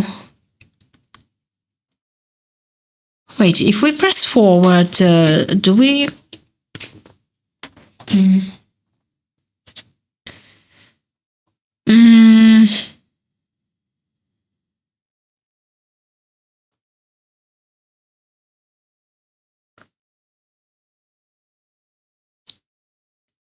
Let's try to press forward.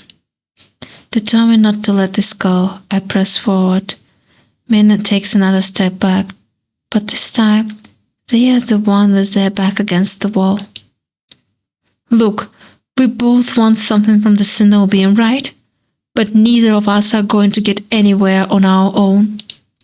We could help each other. It's worth a shot, don't you think? Min sighs.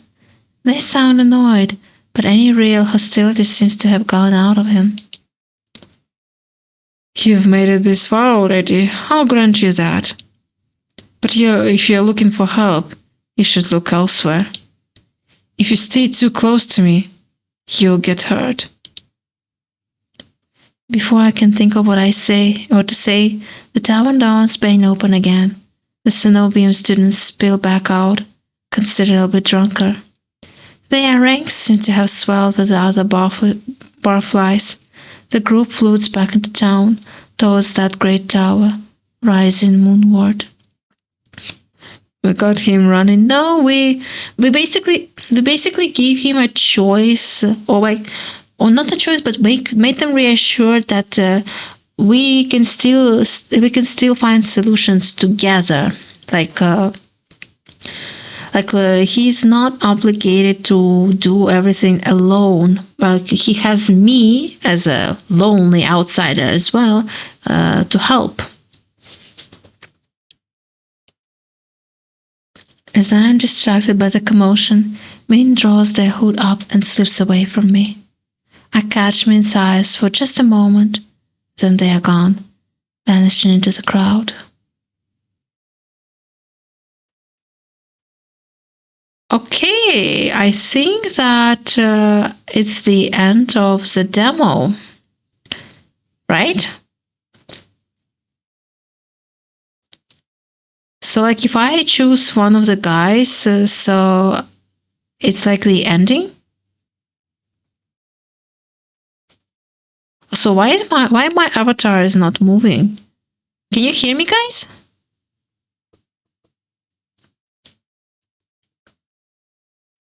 Why my avatar is not jumping? Hold on.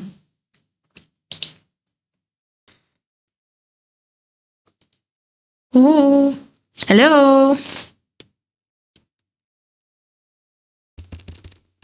My avatar is not jumping, but can you hear me?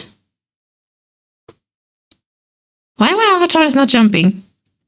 Hold on.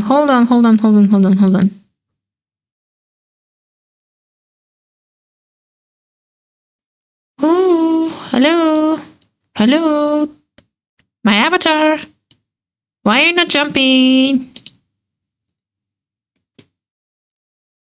Ooh. I think my avatar is broken.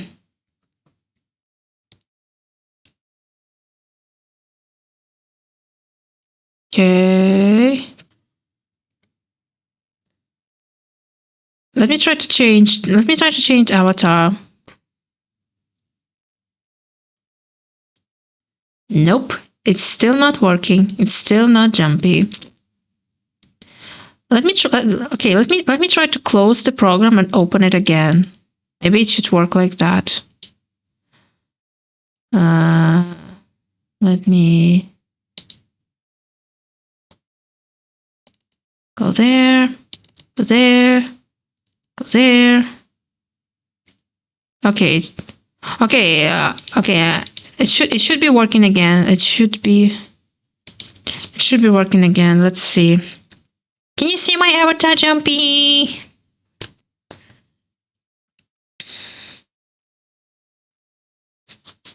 Let me just quickly reply. It works. Yeah, I needed just to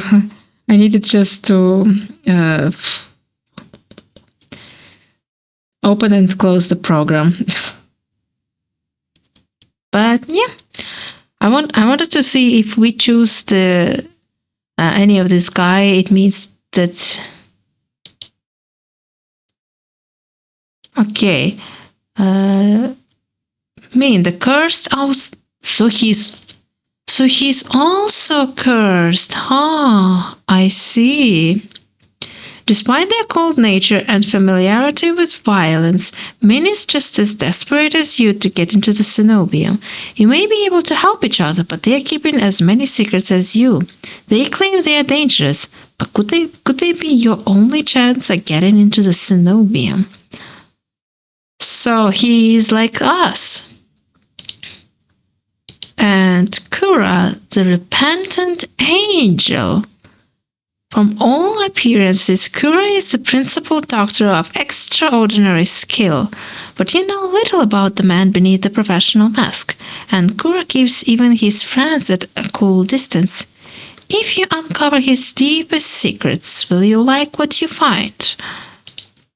And what about you, Ace, the demon renegade? An intimidating yet laid-back outsider, Ace presides over a sea spring with unnerving powers. He offers you a miracle, but the price means submitting yourself to the horrifying presence at the heart of the spring.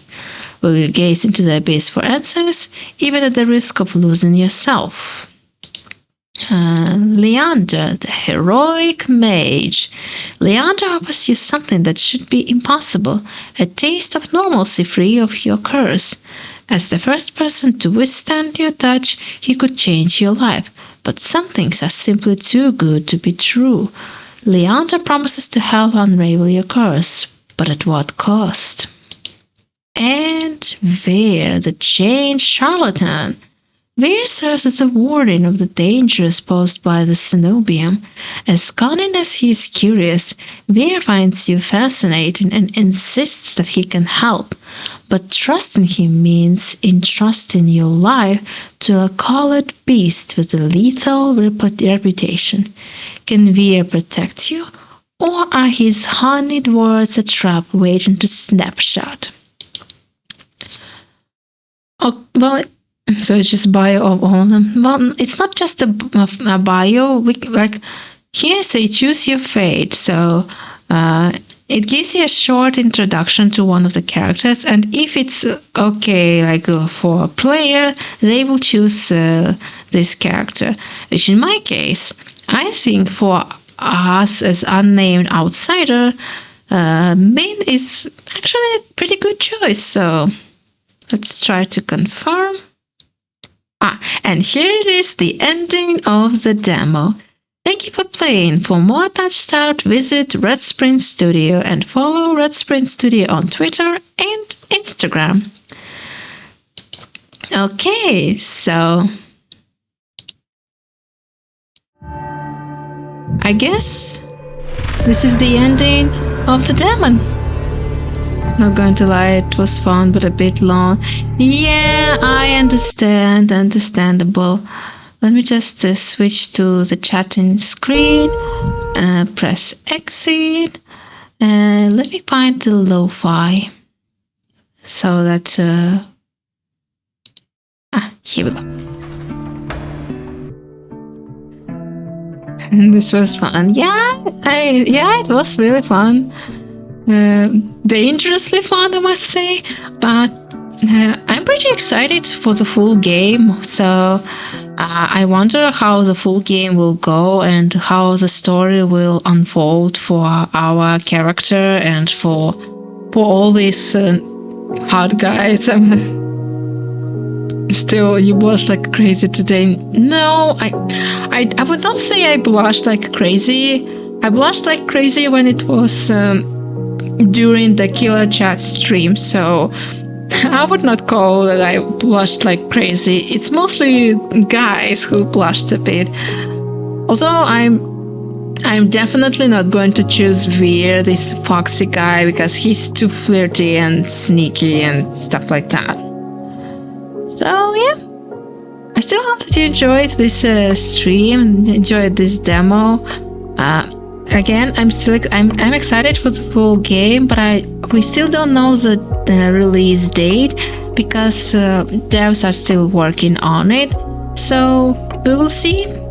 We'll just check out. We'll just check out on their website and the recent updates.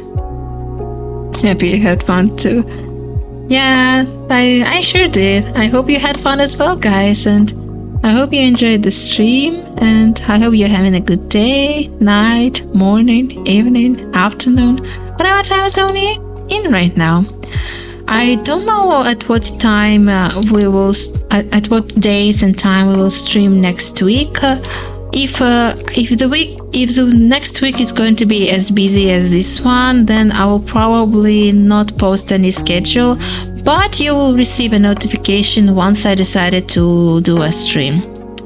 But for now, I'll see you guys later. Bye bye!